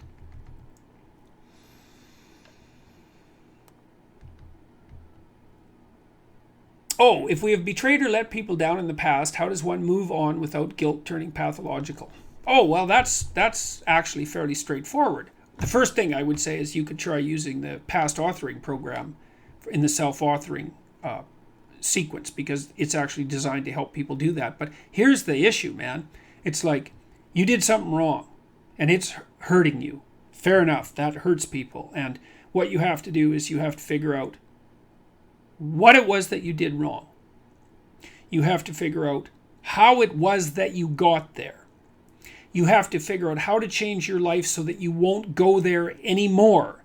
You have to make amends for what you've done, not necessarily precisely to the people that you did it to, because maybe you can't, but you need to start to live your life in a way that makes amends for what you've done, and then you have to let it go, because people make mistakes, and torturing yourself to death because you did something reprehensible and stupid isn't as useful as using the experience to transform yourself into someone moral and useful. So now, that's easier said than done, obviously, and I'm not in the least taking it lightly. I know that, you can do things in your life that are very bad and that are very hard to get over. But adding your own misery to the misery of the world when you could be out there doing good is probably not the best way to atone for your past sins. So, and people make mistakes. The trick is, once you've made it, to admit that you made it, to learn why you made it, to transform yourself so you don't make it anymore, and then to go out there and start acting like a proper person. And it's one of the reasons I'm also kind of attracted to some of the more fundamental elements of the Christian doctrine, because there is a doctrine of universal forgiveness that's embedded in that system. And the idea there basically is that, well, people are fallible in a profound way, but if they atone, they can be redeemed. And if they're penitent, that's where the word penitentiary comes from, by the way. If they're penitent, if they go over their conscience, if they confess to what they've done to themselves, to God and society, let's say, and they attempt to strike out on a better path, and that's all genuine. It's like the idea is, well, if you don't allow people who've made mistakes to move on, then you just have to dispense with everyone, because everyone's made mistakes. Now, having said that, I know there's difference between categories of mistakes, but, forgiveness after repentance is a good moral axiom. As a female, I never had a great inclination to start a family. After watching your material, I'm struggling with how much of that drive is my own versus brainwashing versus third wave feminists. How do I parse that out? That's a good question. How would you parse that out? Well, I would start two things. I would start by watching your dreams and your fantasies, because they can tell you things that you, first of all, might not want to know, but also that you don't know. But I would also say, try making a case for both sides, like a really intelligent case. So imagine that, so you're trying to figure this out. So the first thing you do is formulate an argument where the proposition is that you've been brainwashed by third wave feminists, and make the strongest possible argument you can in support of that.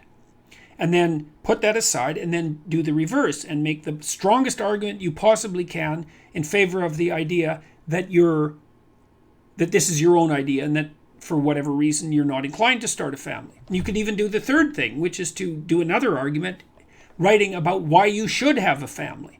And really, that's thinking, right? You got three arguments there. You want to make each one of them as strong as you possibly can, really sweat over it. And then, having made the arguments, allow yourself to contemplate them for as much time as you need, and it'll start to become clear to you. So that's what I would recommend. So, I follow your daughter's food blog where she has recently talked about her pregnancy. What are your thoughts on becoming a grandfather?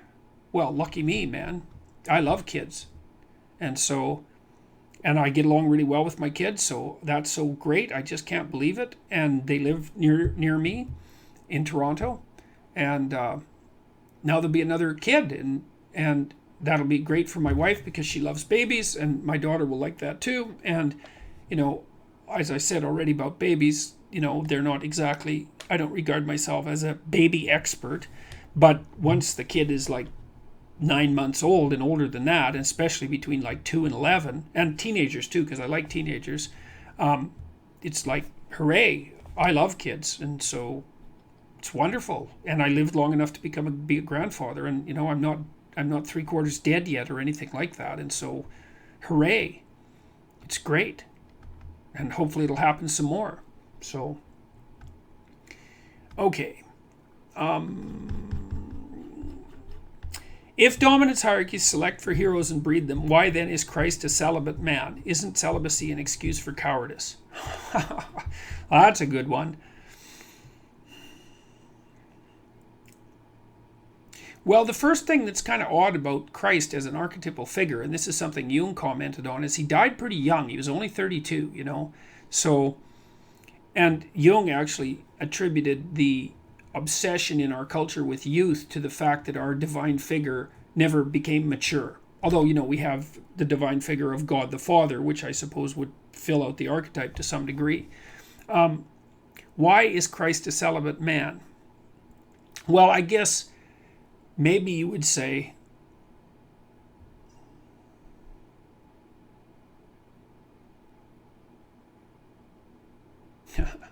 if you're in a situation where you can sacrifice yourself for the redemption of all of mankind, maybe adding the responsibility of an individual family to that is just a bit too much. I mean, I know that's a bit of a glib answer in some sense, but there's something about it that's the case. You know, I mentioned earlier that now and then people have a calling of some sort that supersedes other callings that they could follow. And I would say in the archetypal representation of Christ that that's something that could definitely be, that case could be made.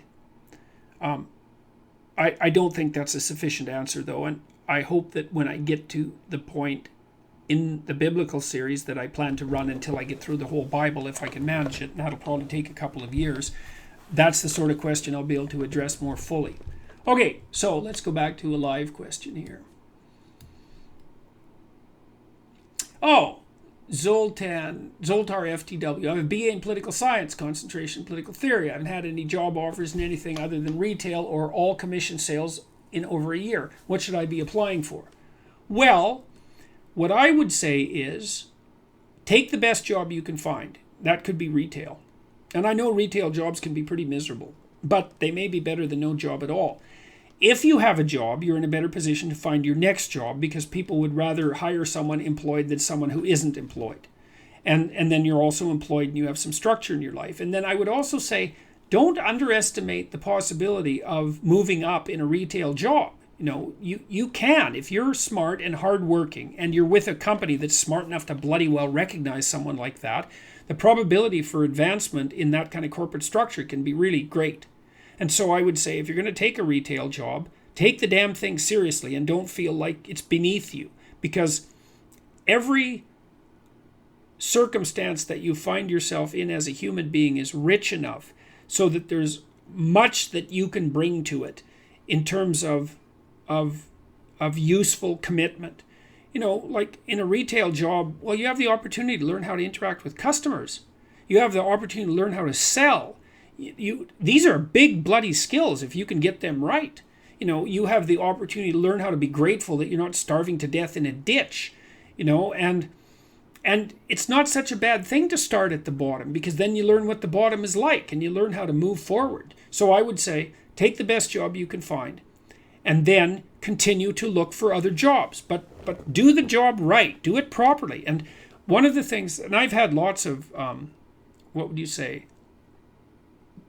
I don't like to call them low-end jobs, but they're working class jobs. I've had lots of working class jobs in my life, like dozens of them really, and they're not trivial. You can learn a lot in a working class job, and you know you can learn how to get along with your peers. You can learn how to get along with your supervisors and be useful to them and maybe be drawn to their attention if they have any sense. And I mean, if you have a retail job and they're treating you like a miserable slave, and if you're doing a good job and you get no credit for it, it's like get the hell out of there as fast as you can. But you want to find somewhere where if you work hard and you're a reasonable person, that people are going to notice that and open up doors of opportunity for you. That's kind of the definition of a healthy company. And you can find that virtually anywhere. So don't be thinking that the retail jobs are necessarily, you're not going to be there forever, you know. And with a BA, you often have to start at the bottom, but that doesn't mean that that's where you're going to end up. So don't feel too dismal about that. It's a start, man, and that's something. And you could go into the retail job and you could think, okay, like if I was really smart about this and I was really regarding this as an opportunity, how could I knock this out of the park?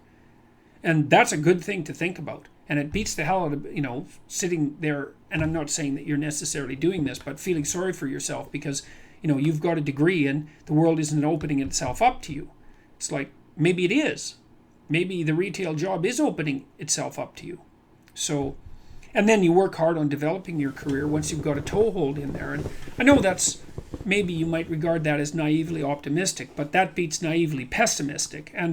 But I also do believe, and I've seen this happen many times, is that you can, if your attitude is, if you have yourself put together properly, let's say sorted out properly, you can make a hell of a positive impact on the world in a relatively low-level position. Because you could make the person who walks into the store, your retail operation, you could make the next 10 minutes of their life a hell of a lot more pleasant than they might be if you were miserable and resentful. And, maybe they'll come back again and maybe the store will thrive. And that's especially true if you start working for a smaller business, man. You can have a big effect on a small business. So don't be thinking that there's no opportunity there. It might be your inability to construe that as opportunity that's what's interfering with it. And believe me, I know that especially chain retail jobs, and especially if you have a dismal authoritarian manager, that those jobs can just be hell. But so I wouldn't recommend staying in a job that's hell and that where there's no further movement, but don't necessarily think that you're not being offered an opportunity if you can take any job at all. You got to start somewhere, man. And the bottom, like I said, the bottom's not a bad place to start because you learn down there. And someone who gets really good at business across time, let's say, knows whatever enterprise they're in from the bottom up. And that's what makes them competent. So, and they don't say, oh, well, the things at the bottom they're not good enough for me. Because the things at the bottom are really what the business rests on. And you need to know how those things work. And then you also have some sympathy for the people who are maybe stuck in those positions forever, which you wouldn't be. You won't be. So, okay. Let's see here. What time is it? 9:02, and we started at 7:30. Let's go to 9:30. That's probably good enough. So that's about 20 more minutes.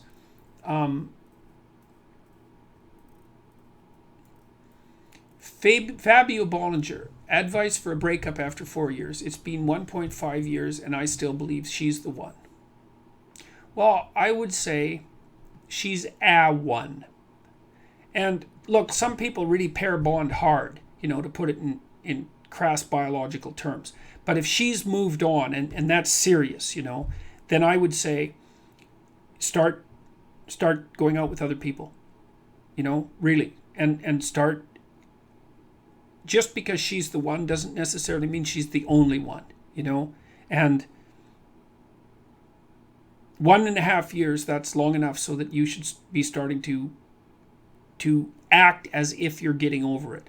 And if you're having real trouble with that, then I think you should probably find someone to talk to and talk that out and figure out what your strategy is. But I would say get the hell back into life, man.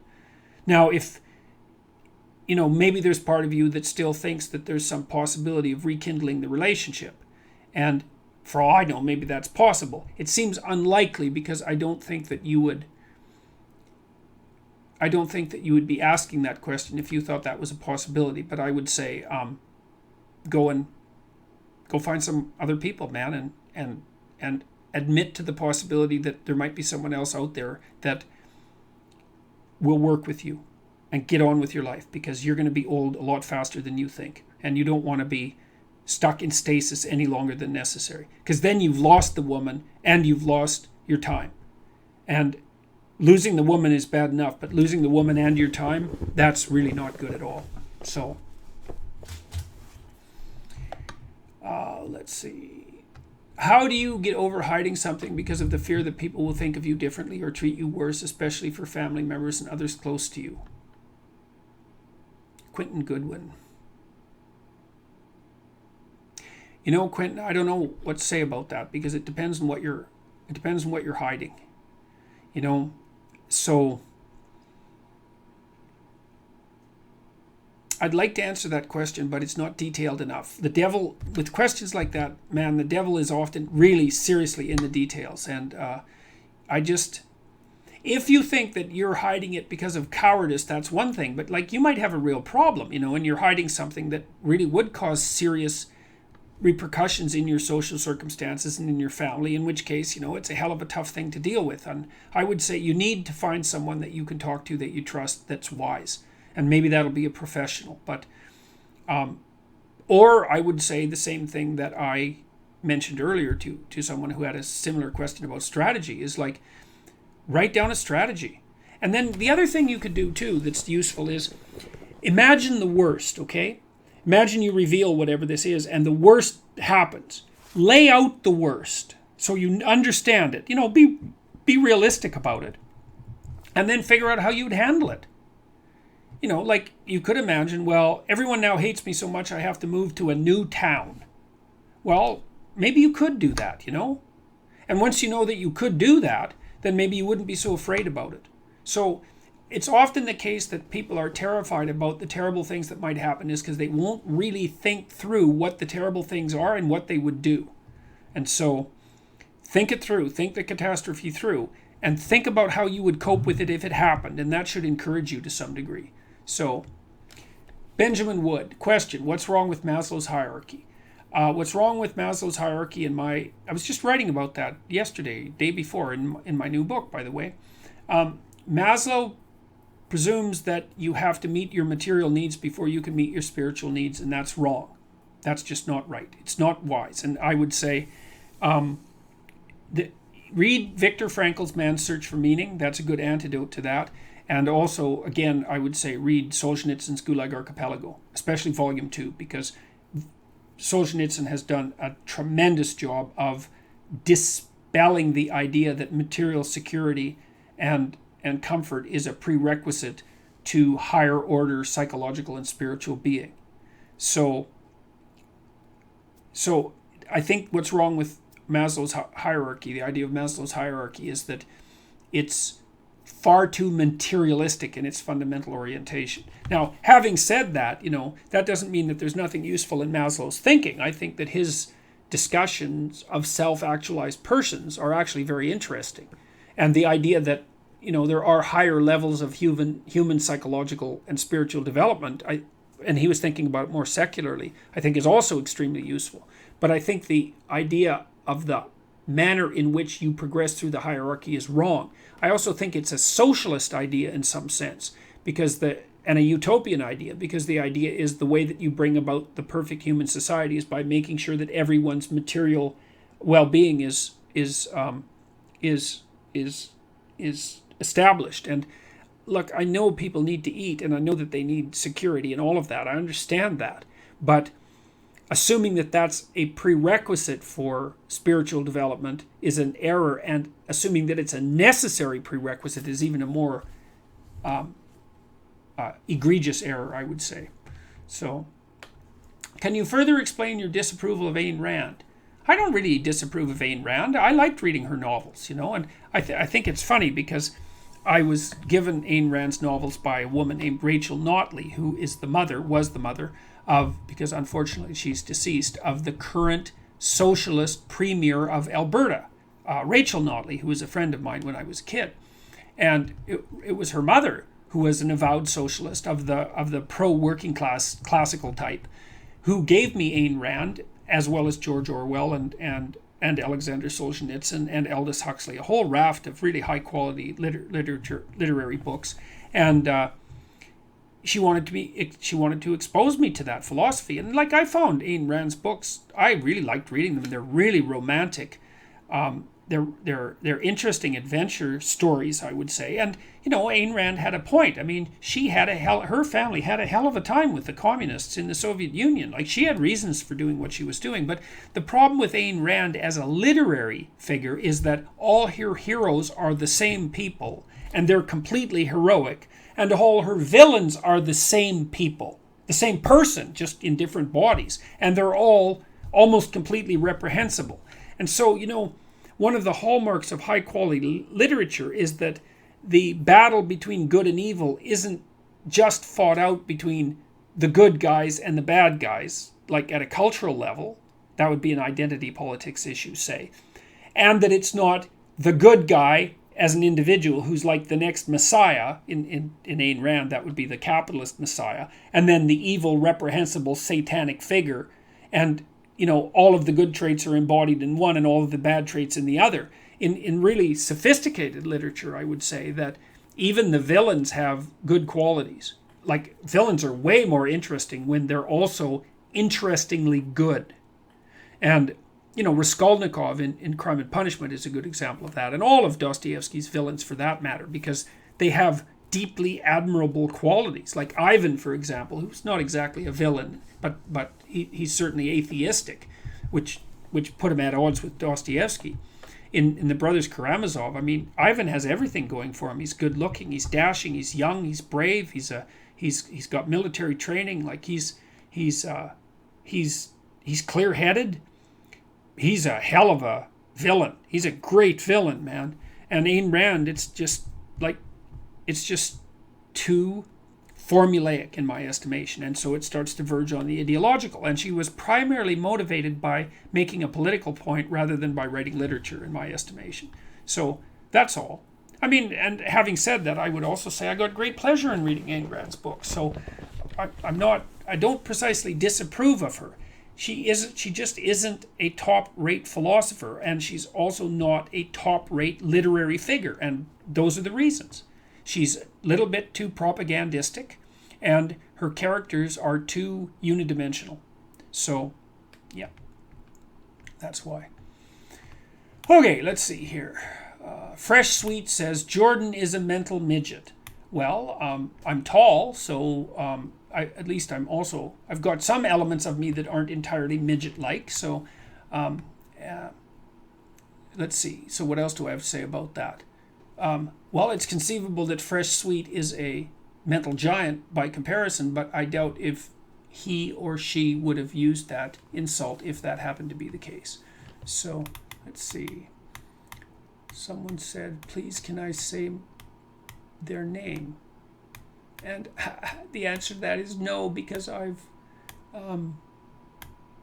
lost your question. So I read your question, but I'm not going to say your name. So, well, that's ironic, I suppose.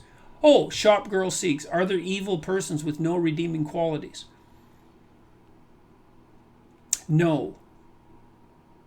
That would be just too simple, man. Yep, it'd be nice if that was the case. You know what I mean. Not exactly nice, but no, just isn't how life works, man. It's as Solzhenitsyn said, even in the best person, there's still some unuprooted corner of evil, and even in the person who's gone as far down the rabbit hole as you can possibly go, there's some still shining element of the divine quality of humanity that could be communicated with. So at least that's how it looks to me. So, okay. How do you make time to read for leisure? Right now, I don't. In fact, I don't make enough time to read, period. But I hope to rectify that soon. Mostly, I'm editing the things that I'm writing, and mostly I'm writing. So, but when I do read, mostly I've read before I go to bed. I go to bed and I read for half an hour, or something like that. So,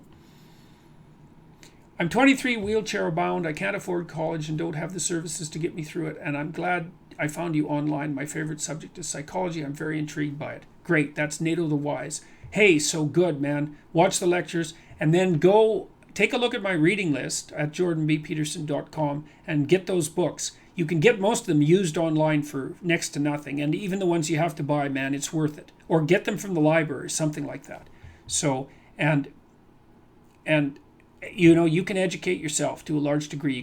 I'm going to expand that reading list to maybe 100 books or something like that, because, geez, especially what's really funny about books too is the better the book, the cheaper it is. It's so funny because you can buy Penguin Classics, for example, literature classics, for like 1 cent plus shipping. What a deal, So and some of them you can just get for free now because the copyrights have expired, and you can download them on your Kindle and they don't cost you a cent. So, what do I do for fun? What do I do for fun? I build things in the backyard. I like doing that. I play ping pong with my son, except I taught him how to play ping pong, and now he's way better than me. He just stomps me, and he laughs a lot about that, so that's very annoying. I spend time with my wife, although not enough, especially in the last 7 months, because I've been completely, overwhelmed by all of this. What else do I do for fun? Snack on social justice warriors. That's kind of entertaining.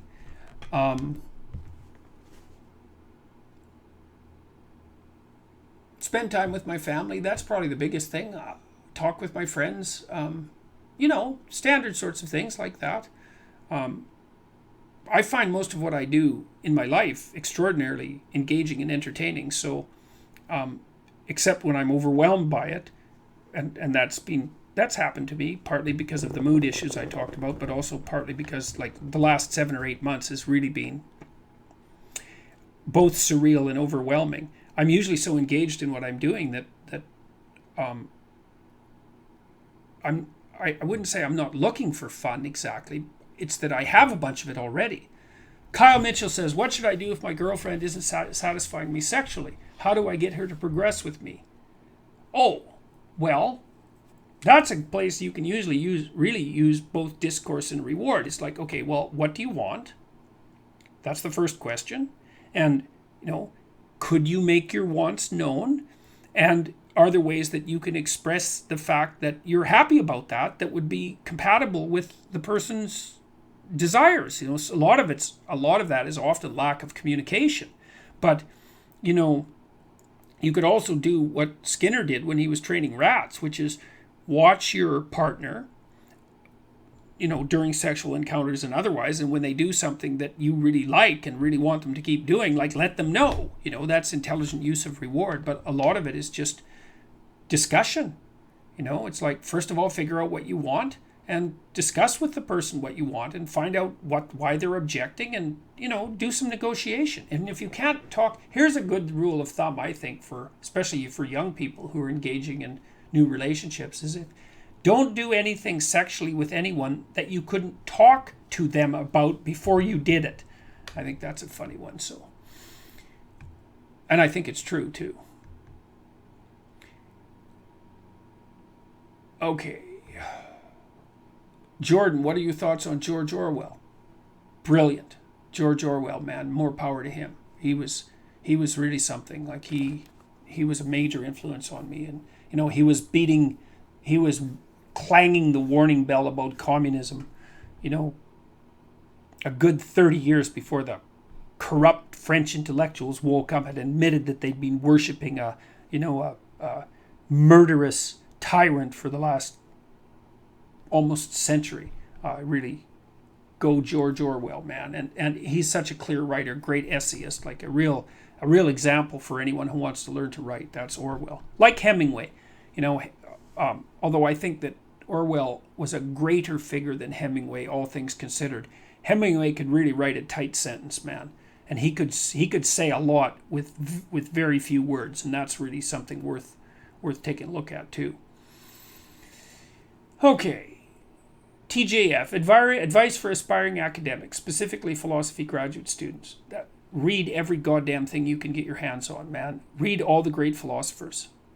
And make notes and write about them as well till you understand them, till you have them under your belt. And do that at the same time while you're going through getting your degree. Because a lot of the education that you get in university at graduate level isn't going to be very good. The courses are generally not very good in my experience. But, man, read. There's great people to read. So start at the beginning, go back to Socrates and read everything you can get your hands on and do the work necessary so that you understand the philosophers. And you can start, like I've found, a real useful way to start introducing yourself to philosophers is pick up, and this is good for everyone else who's out there too, pick up like Plato for Dummies or Nietzsche for Dummies, or one of those illustrated introductions. Christ, it's a good start. You start slow and start building up your expertise and move towards the actual difficult writings themselves. So How do you motivate yourself to do something that you do not enjoy but you deem important, like studying for exams? Good question. Ask yourself what would motivate you. First of all, don't be studying 8 hours a day, because that isn't going to work and you're not going to do it anyways. Would you start studying 5 minutes a day? Seriously, could you bring it up to 10 minutes a day? What would you have to do for yourself to get yourself to sit down for half an hour a day and study intently? Like maybe you'd have to, I don't know what you'd have to do, like have a beer at 6 o'clock at night or something, or maybe you'd have to go for a walk in the park or go out for coffee. It's like, imagine that you're sitting down with a stupid, undisciplined child and you're trying to get that child to do something useful. And you say, okay, look, I want you to do X, it's necessary, but you can pick how much of it you're going to do, and I'll give you what you want if you do it. Well, ask yourself that and see what happens. So don't try to tyrannize yourself, try to negotiate with yourself and use some reward and see how that works. And start slow, maybe you're not very disciplined and the best you can do is half an hour of studying it a day. Well, start with half an hour. Increase that 5 minutes a week. If you do that, that's a lot. If you do that for a year, then by the end of the year you'll be studying 4 hours a day. So you could that's just with 5 minutes a week, right? Because that's 250 minutes in a year. So start ridiculously, pathetically. Study for 5 minutes a day for a week, and then move it to 10. You'll be able to do that. And don't cheat, because one of the things people do is they make a deal with themselves like that. I'm going to study for 10 minutes a day, each day. And then they get into it and they think, wow, this is going really good. So they study for 2 hours, and then they've broken the contract with themselves and they don't trust themselves anymore. And then they don't study for a whole year. Or, well, maybe not. For a month. So, but set your contract. Ask yourself, what could I do to move myself forward to my goal that I would do? And then how could I improve that incrementally? So that's the right way of going about that. So, okay. What do you think about the line that's often fed to young people to do what you love and follow your dreams? Well,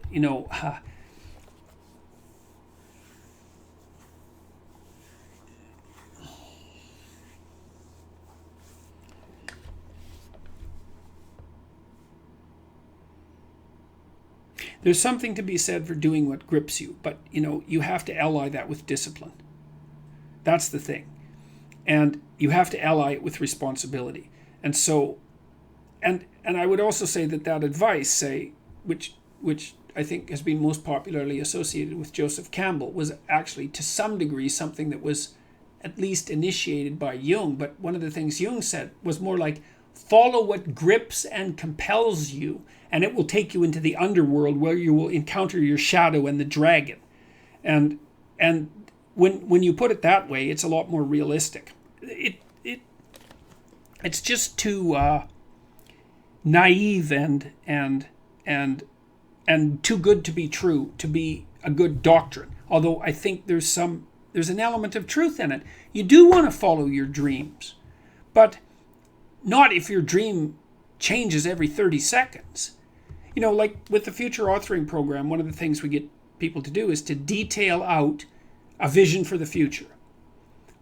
If you could have the future that you dreamed of having, what would that dream be? That's really useful. But then the next part of the exercise is, okay, how are you going to do the hard, disciplined, multi-year work necessary to bring that dream into reality? And how are you going to make that realistic and implementable on a day-to-day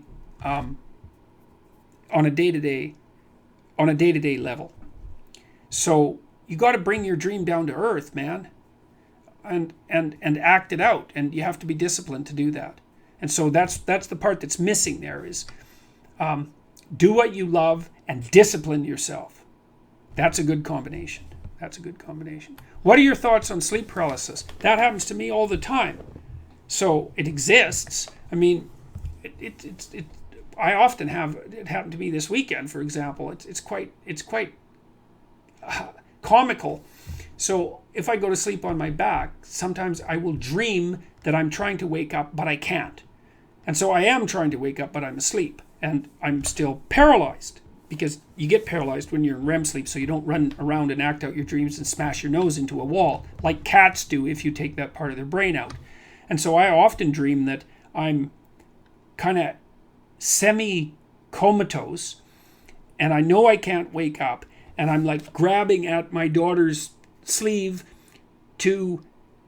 and saying, throw cold water on me or shake me or something or push me out of bed because I can't wake up, and then she'll ignore me, and then I'll try to get my wife to do it in my dream, and it seems like it lasts an hour, and then finally I'll shake myself awake, and I'm often end up when I wake up like that, I'm often annoyed because I've been telling my family members, as far as I'm concerned, for like half an hour desperately to wake me up, and they've been ignoring me. Of course, it's probably only taken 5 minutes and they don't have any idea what's going on. But it often, I think it has something to do with serotonergic malfunction, and that might be related to this mood disorder that I described. But it's also much more likely to occur if you lay on your back and sleep on your back, and also if you do it in the afternoon. So, and people can have quite horrifying experiences with sleep paralysis. There's a good book called The Terror That Comes in the Night about sleep paralysis and nightmares, and it's quite an interesting investigation into that phenomena. So, your essay writing guidance has proven invaluable. Well, thank you. That refers to that thing, that writing exercise that you can find on my Psychology 430 website. I'll try to find a better place to put it. Maybe I'll tweet about it again. I'm glad it's invaluable. It's taken a long time to figure out how to write it. Do you have any guidance around taking notes from books and lectures? Yeah, no problem. Like, don't be taking notes during the lecture, exactly. Because then you're not listening to the lecture. It's like, listen to the lecture and then take notes afterwards. Now, that doesn't work for every discipline, but it certainly works for disciplines. Like, students in my lectures, I always tell them, don't take notes during the lecture. Listen to the damn lecture. You can take notes afterwards, because what that does is force you to practice remembering. And then with regards to books, it's like, read, don't highlight, don't underline. Like that, I think that's just rubbish. I think it's pseudo work. Read a couple of paragraphs or maybe an essay, something like that, depending on the density of the book.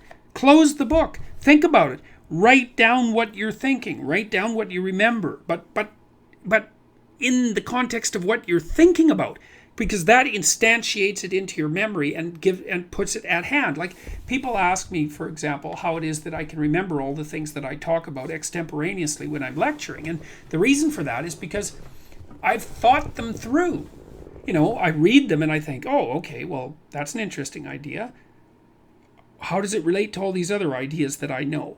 Like, what is its significance for this idea, and what's its significance for this idea, and do I believe it, and how might I criticize it? So it's kind of like I'm attaching little memory hooks to it in 5 different ways, and then I've got it. It's part of me, and that seems to be part of recall rather than recognition.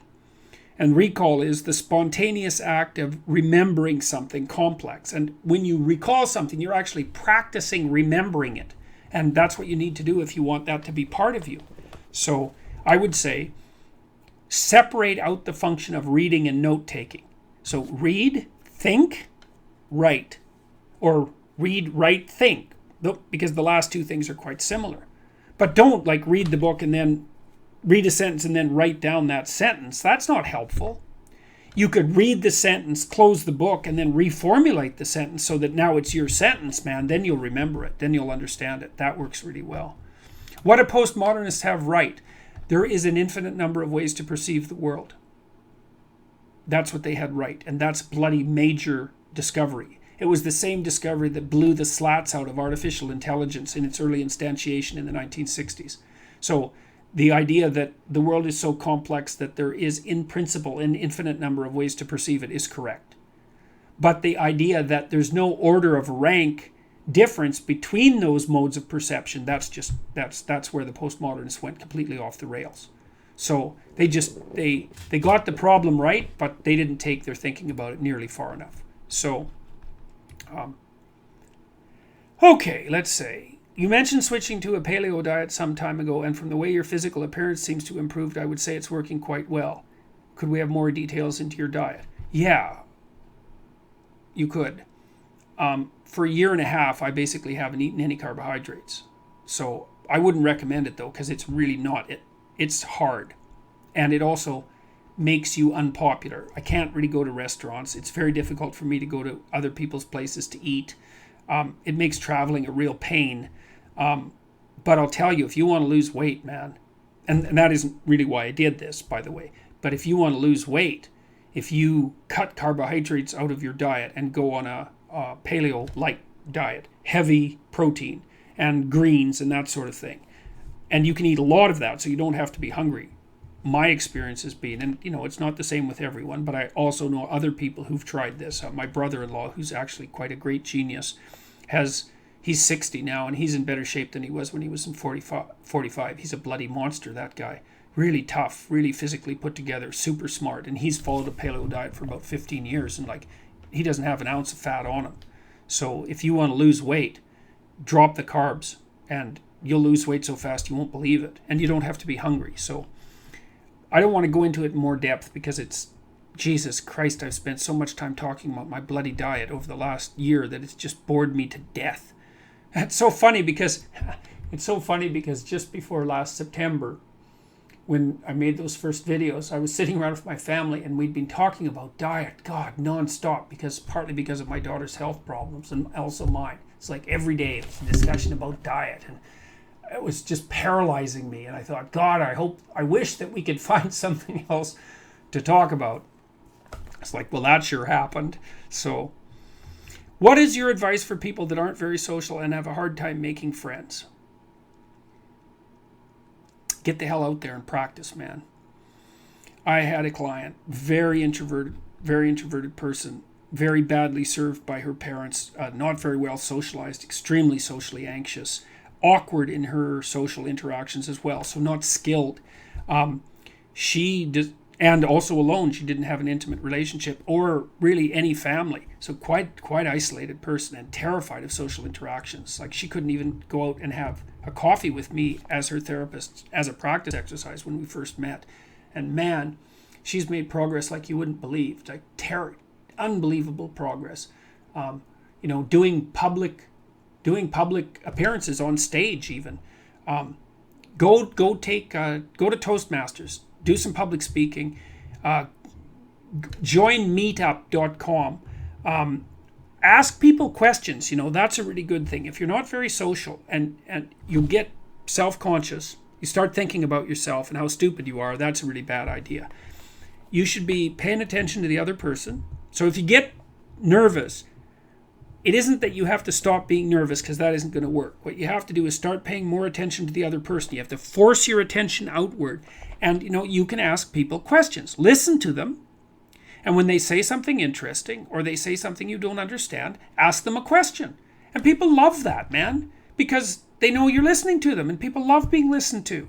So if you're nervous, learn to listen better and learn to ask questions. And there's no stupid questions if you're paying attention, right? And so you don't have to worry about that. If you don't know something and you ask an honest question and someone treats you badly because of it, then you should just go away from that person because they don't have a clue. So get out there. Forget about trying to not be nervous, because you're going to be nervous. But when you're nervous, pay more attention to other people. Listen to them carefully. Watch them, because then your natural social abilities will kick in, and ask them questions. And, you'll assume it'll take you 3 or 4 years to get decently good at it, and that you'll really have to work at it.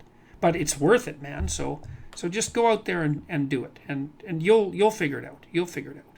So, all right, guys and girls, and assorted others. It's 9:30, and well, that was fun. I hope it was fun for you. And I would like to say, in closing, 2 things. Number 1, thank you very much for not just for the monetary support, although I hope to put that to good use, and that is definitely my plan. But also, the public support I've received has been extremely practically and psychologically useful to me, because there was a lot of stress in the last year, and my job was definitely in danger at the University of Toronto, and certainly my autonomy as a professor was. And the fact that I received all this public support was extraordinarily useful for me to buttress my sense that I was pursuing the right course of action, even though I wasn't doing it perfectly. And it helped me protect myself to a great degree.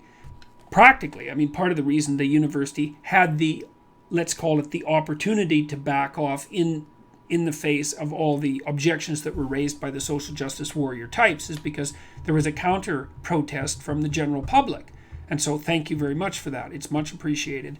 And with regards to the money, man, like my plan is to, well, A, to remain very grateful for it and not to take it for granted, but B, man, I'm going to try to do some viciously good things with that.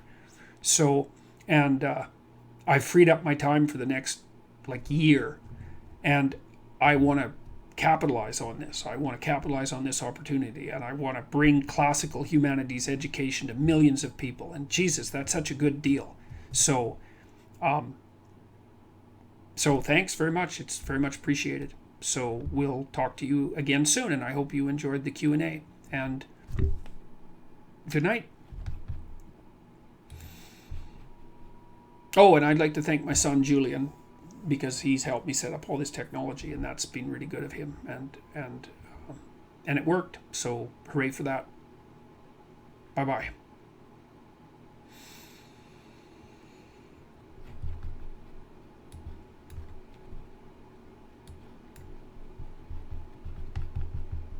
Now I have to figure out how to shut this off.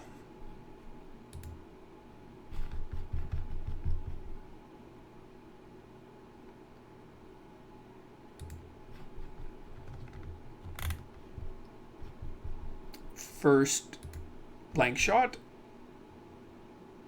then done. Bye bye.